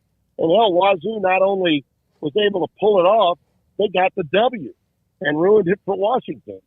And now they've got a schedule. I think I told you guys this because I was out at Washington State for the Texas Tech game. They've now beaten the two teams that are Power 4 conference teams. They're on their schedule. They should be favored in every game until they go to Boise State. Guys, what if Washington State's undefeated at the end of the year? They become an enormous fly in the ointment for the College Football Playoff Committee. They would have lined up, done everything that they had to do, and beaten the two teams that are in the Power 4 that they played. And in beating Washington in Seattle, granted it wasn't at Husky Stadium, it was where the Seahawks play, but that's a hell of a deal. And I still think Washington's good. People there are questioning that option play that they decided to run at the end of the game. I know Brock Ewing was a little anal about it on his own show, talking to Coach Peterson earlier this week. But listen, that was a huge win for Dickert and for the Washington State program. Now with those schools coming in, the Mountain West teams, and I think they're legitimate, San Diego State, Boise State, these are legitimate programs. If they can get one or two more, then I think they immediately can become Power 5 all over again. I think there's a very good chance of it. I would take those schools from the Mountain West that they've already talked to, add UNLV, which I believe is only a matter of time. They just need to get the infrastructure done with whatever UNLV's financial issues are. But that's a hell of a program right now. Barry Odom is, he went out there and did what he did to Kansas last week. So that league has a chance to bounce back in a huge way. And I applaud Wazoo and Oregon State for doing what they did and exercising some patience and really some good sense in a lot of ways, because they knew that traveling across the country to play against ACC schools like NC State or Wake Forest was just not something that their program necessarily would flourish in. And Stanford and Cal panicked because their administrations don't give a damn. They don't understand college football fans. They never have, and they never will. Tim, last thing, and you've done 2 games in a week, but how about the uniqueness of this week with what you have on Friday in Lincoln, Illinois, and Nebraska, and then you turn around with the what looks like a pretty good Tampa Bay Bucs team and what Baker Mayfield and company have been doing, and their game against the Broncos in Tampa. Yeah, they beat Detroit in Detroit. That's the team that knocked them out of the playoffs last year. And I'm so happy for Baker. I got Spencer and I did his last game in Norman. It was Bedlam in 2015. That was the last year of the Big 12 not having a Big 12 championship game. So they scheduled Bedlam for the last week, and they did it on purpose. And they actually had it the same day as the SEC and the Big Ten championship for the reason that they knew they could get on in the noon window and hopefully get the same kind of jump from winning a championship on a day when other championships were being played, even though it was a regular season game. That was the last Big 12 title game that was won in Norman on Sooner soil. And, Baker had CeeDee Lamb in the gang, and they were able to pull it off. I'm looking forward to seeing him. He's been through so much, 4 different organizations. This is his second trip into Tampa Bay. But this looks like the right time for him with the right organization and offensive coordinator that gets him, understands what he's all about. And I'm also eager to see my friend Sean Payton, because I did Saints preseason games from 2002 with Archie to later with Solomon Wilcox to 2013. That was my last year of doing Saints preseason games. And that was during that period. Of course, Sean came in 2006, and I had 7 years with him, got to know him really, really well. And they're all over him in Denver because Bo Nix is running an offense that doesn't look anything like what he had at Oregon, and they struggled a lot. And Bo's been catching a lot of heat. But he's a rookie, and I think with Sean, he'll be patient with him, and they can get the job done. Their defense has been good enough to win, but their offense has really struggled. And Denver's one of those proud programs in the NFL, proud organizations that's been nowhere in the last 7 years. So they're sort of feeling like the Nebraska of the NFL, the fans in Denver. But I'm eager for the game. I get to work with a legend in Matt Millen. Matt was the number two analyst at Fox when Madden and Summerall came over from CBS. Matt was working with Dick Stockton all those years. And we're contemporaries. We've been at it a long time. So we sort of fit in the booth like an old shoe. And I'll join him, and we'll do it. I always love it when they call me to come out of the bullpen to do some NFL. And a lot of times fans are a little freaked out. They're like, "Oh, Brando, I didn't know you did the NFL." I'm like that. I've done NFL games for most of my career. They just were regional games that maybe you didn't see, both at CBS and now at Fox. But I've always said this about the NFL. It may be the number one girl in town. You know, it might be the hottest chick in television for sports fans because it is the sacred cow. I mean, nothing's bigger than the NFL. But if you're not doing either the number one game or the number two game for the network, you know, you're just going to 6% of the country, 8% of the country, 10%. In college football, every game's national, or at least it feels like every game's national. So I've always said I'd love to do the NFL more, but I would never want to do the NFL at the expense of doing college. You know, college is my passion, but I still keep up with the NFL. I follow it. I'm a fan of it. So whenever they have a chance to call me and say, "Hey, we need a little help. Can you pony up for us and do another game on Sunday?" I'm always excited about it. Tim, enjoy the weekend. We'll try to see if we can find time to see you on Friday. Craig and I are coming up on Friday to see the game in Memorial Stadium in Lincoln. So thank you for your time. Oh, we wow. appreciate it. Yeah, we'll be there. I sure hope I see you. I'll be there early, so you'll know where to find me. I'll be the guy with the makeup on that's really excited to go in the Keith Jackson bathroom, which is located right in my booth. Oh, that's awesome. That's awesome. Yeah. Don Bryant, the old SID. Yes. The Silver Fox. He loved Keith, and Keith loved him, and he named the booth after him and the bathroom after him. And one of the great thrills of my life was going into Keith Jackson's bathroom to apply my own makeup. Whoa, Nelly, right? Fumble. Bama's got it. Alabama got it. Yeah. Tim, thank you. We'll hope to see you Friday. Tim Brando, Fox Sports, has that game Friday in Lincoln, and also the NFL game, Buccaneers at home against Denver. Quick note, he did Baker's last college game. We did Baker's last high school game.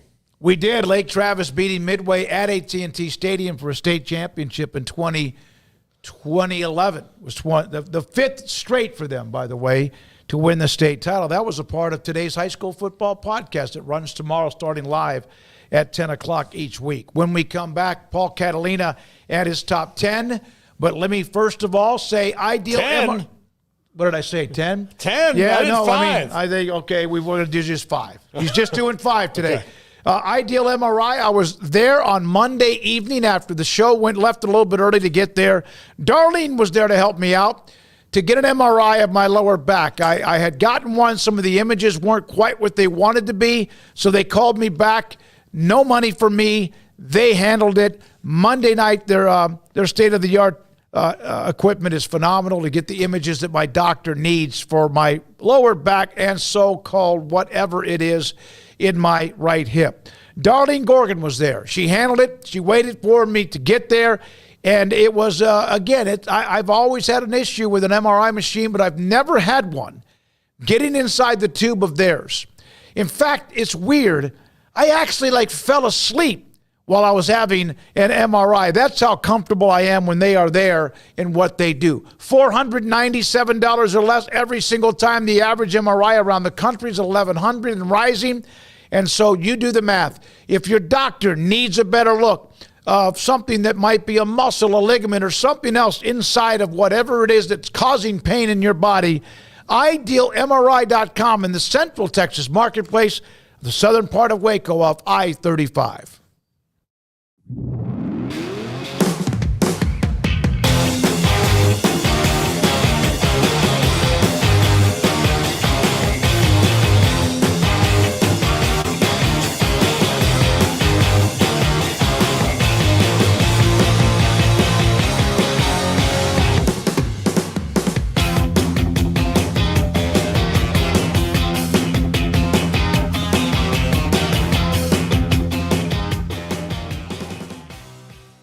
If your business is like most, you need things done quickly. But if you're still tying your critical applications together on multiple shared public networks, you've probably been feeling the slowdown. And that's no good for business. A private UPN fiber network can get you and your business moving at the speed of light. Whatever you need, we can build it. Internet, Metro Ethernet, Waves, dark fiber. We deliver custom private networks and are focused on business customers only. Our next generation 100% fiber optic infrastructure offers you low latency and ultra scalable bandwidth with speeds up to 100 gigabit to run your critical applications. Your connection won't be limiting your performance anymore. It's diverse and scalable, so it can grow and change as your business grows and changes. And with a secure carrier-grade private network, you'll have all the reliability you need. Contact UPN today to learn more. Fast just got faster.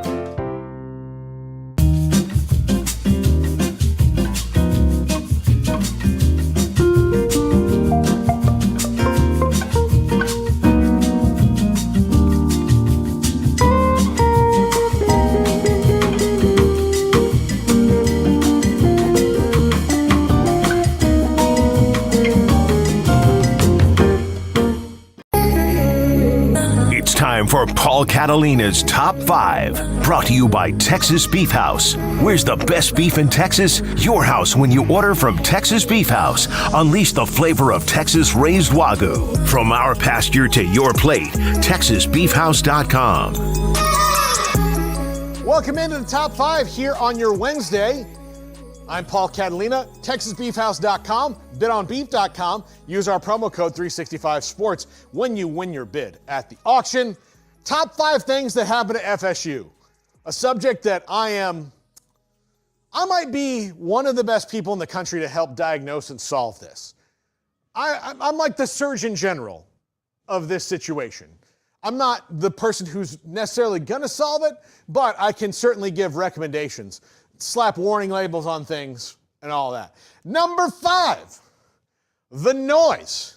The noise around this program has clearly gotten to them. Whether it's realignment, whether it's the snub, any of that. It has stayed with them, coaching staff on down until now. I don't know how you quiet it this season, but this might be the only way you can, by laying an egg, and resetting your expectations for this year and not last year. But the noise around FSU has been overwhelmingly negative. And I don't think that you can avoid it like the coaches may want them to. I think the coaches have taken it in as well. And not that they're all of a sudden bad coaches, but it's affected them top down because of what happened with the snub and then now this big realignment push, lawsuit, all things that they can't control, but affect them anyway. They've got to control what they can and block out the noise, but I just think it's so loud for them right now. It's going to be very hard to do. Number 4, the superstars are gone. Let's just take a minute and watch Jordan Travis make the Gators look like they're all high on smack. Whoop. Oh, gosh. And then I'll take a quick pause to cry my eyes out because they're gone. Jordan Travis, Keon Coleman, Johnny Wilson, Trey Benson, Jaheim Bell, Jared Verse, Braden Fisk, Renardo Green, all gone. All in the NFL and all have really good prospects for their future, even though Jordan Travis is still recovering from his injury, but I think his prospects to hang in the NFL for a while with his kind of athletic ability are good. You can't just replace all those guys at once. When you are still in the middle of what is a rebuild of the program. This is not a dynastic team like Alabama or Georgia where you've got the pipeline going. This was a team that you put together through the portal, and now when you lose those portal superstars, it's going to be tough to go and find guys who are that good again. And sometimes they were not fishing in the right holes, and we'll talk about that later. Number 3, the OL and DL is failing to live up to billing. So far this year, the defensive line gets a D because they actually played well against Memphis, but the offensive line gets a solid F. They should be able to run the ball far better than they are, but they're not right now. And I don't know why that is, because this was supposed to be a strength of this team. A lot of highly ranked players, a lot of veteran experience coming back, a ton of starts, especially in the offensive line, and they've just been bad. They've just been bad, top to bottom. Number 2, quarterback play. This is from the fantastic movie, The Program. I tried to find that one where it's from that weird movie and the guy's throwing the football like this, but I couldn't find it. But this is from The Program, and this is pretty much what DJU has been. He's got one really good deep pass with Malik Benson this year, and that happened against Memphis. The rest of it's been very chaotic. He's throwing the ball about 2 yards away from him. He was last in the country in air yards throwing.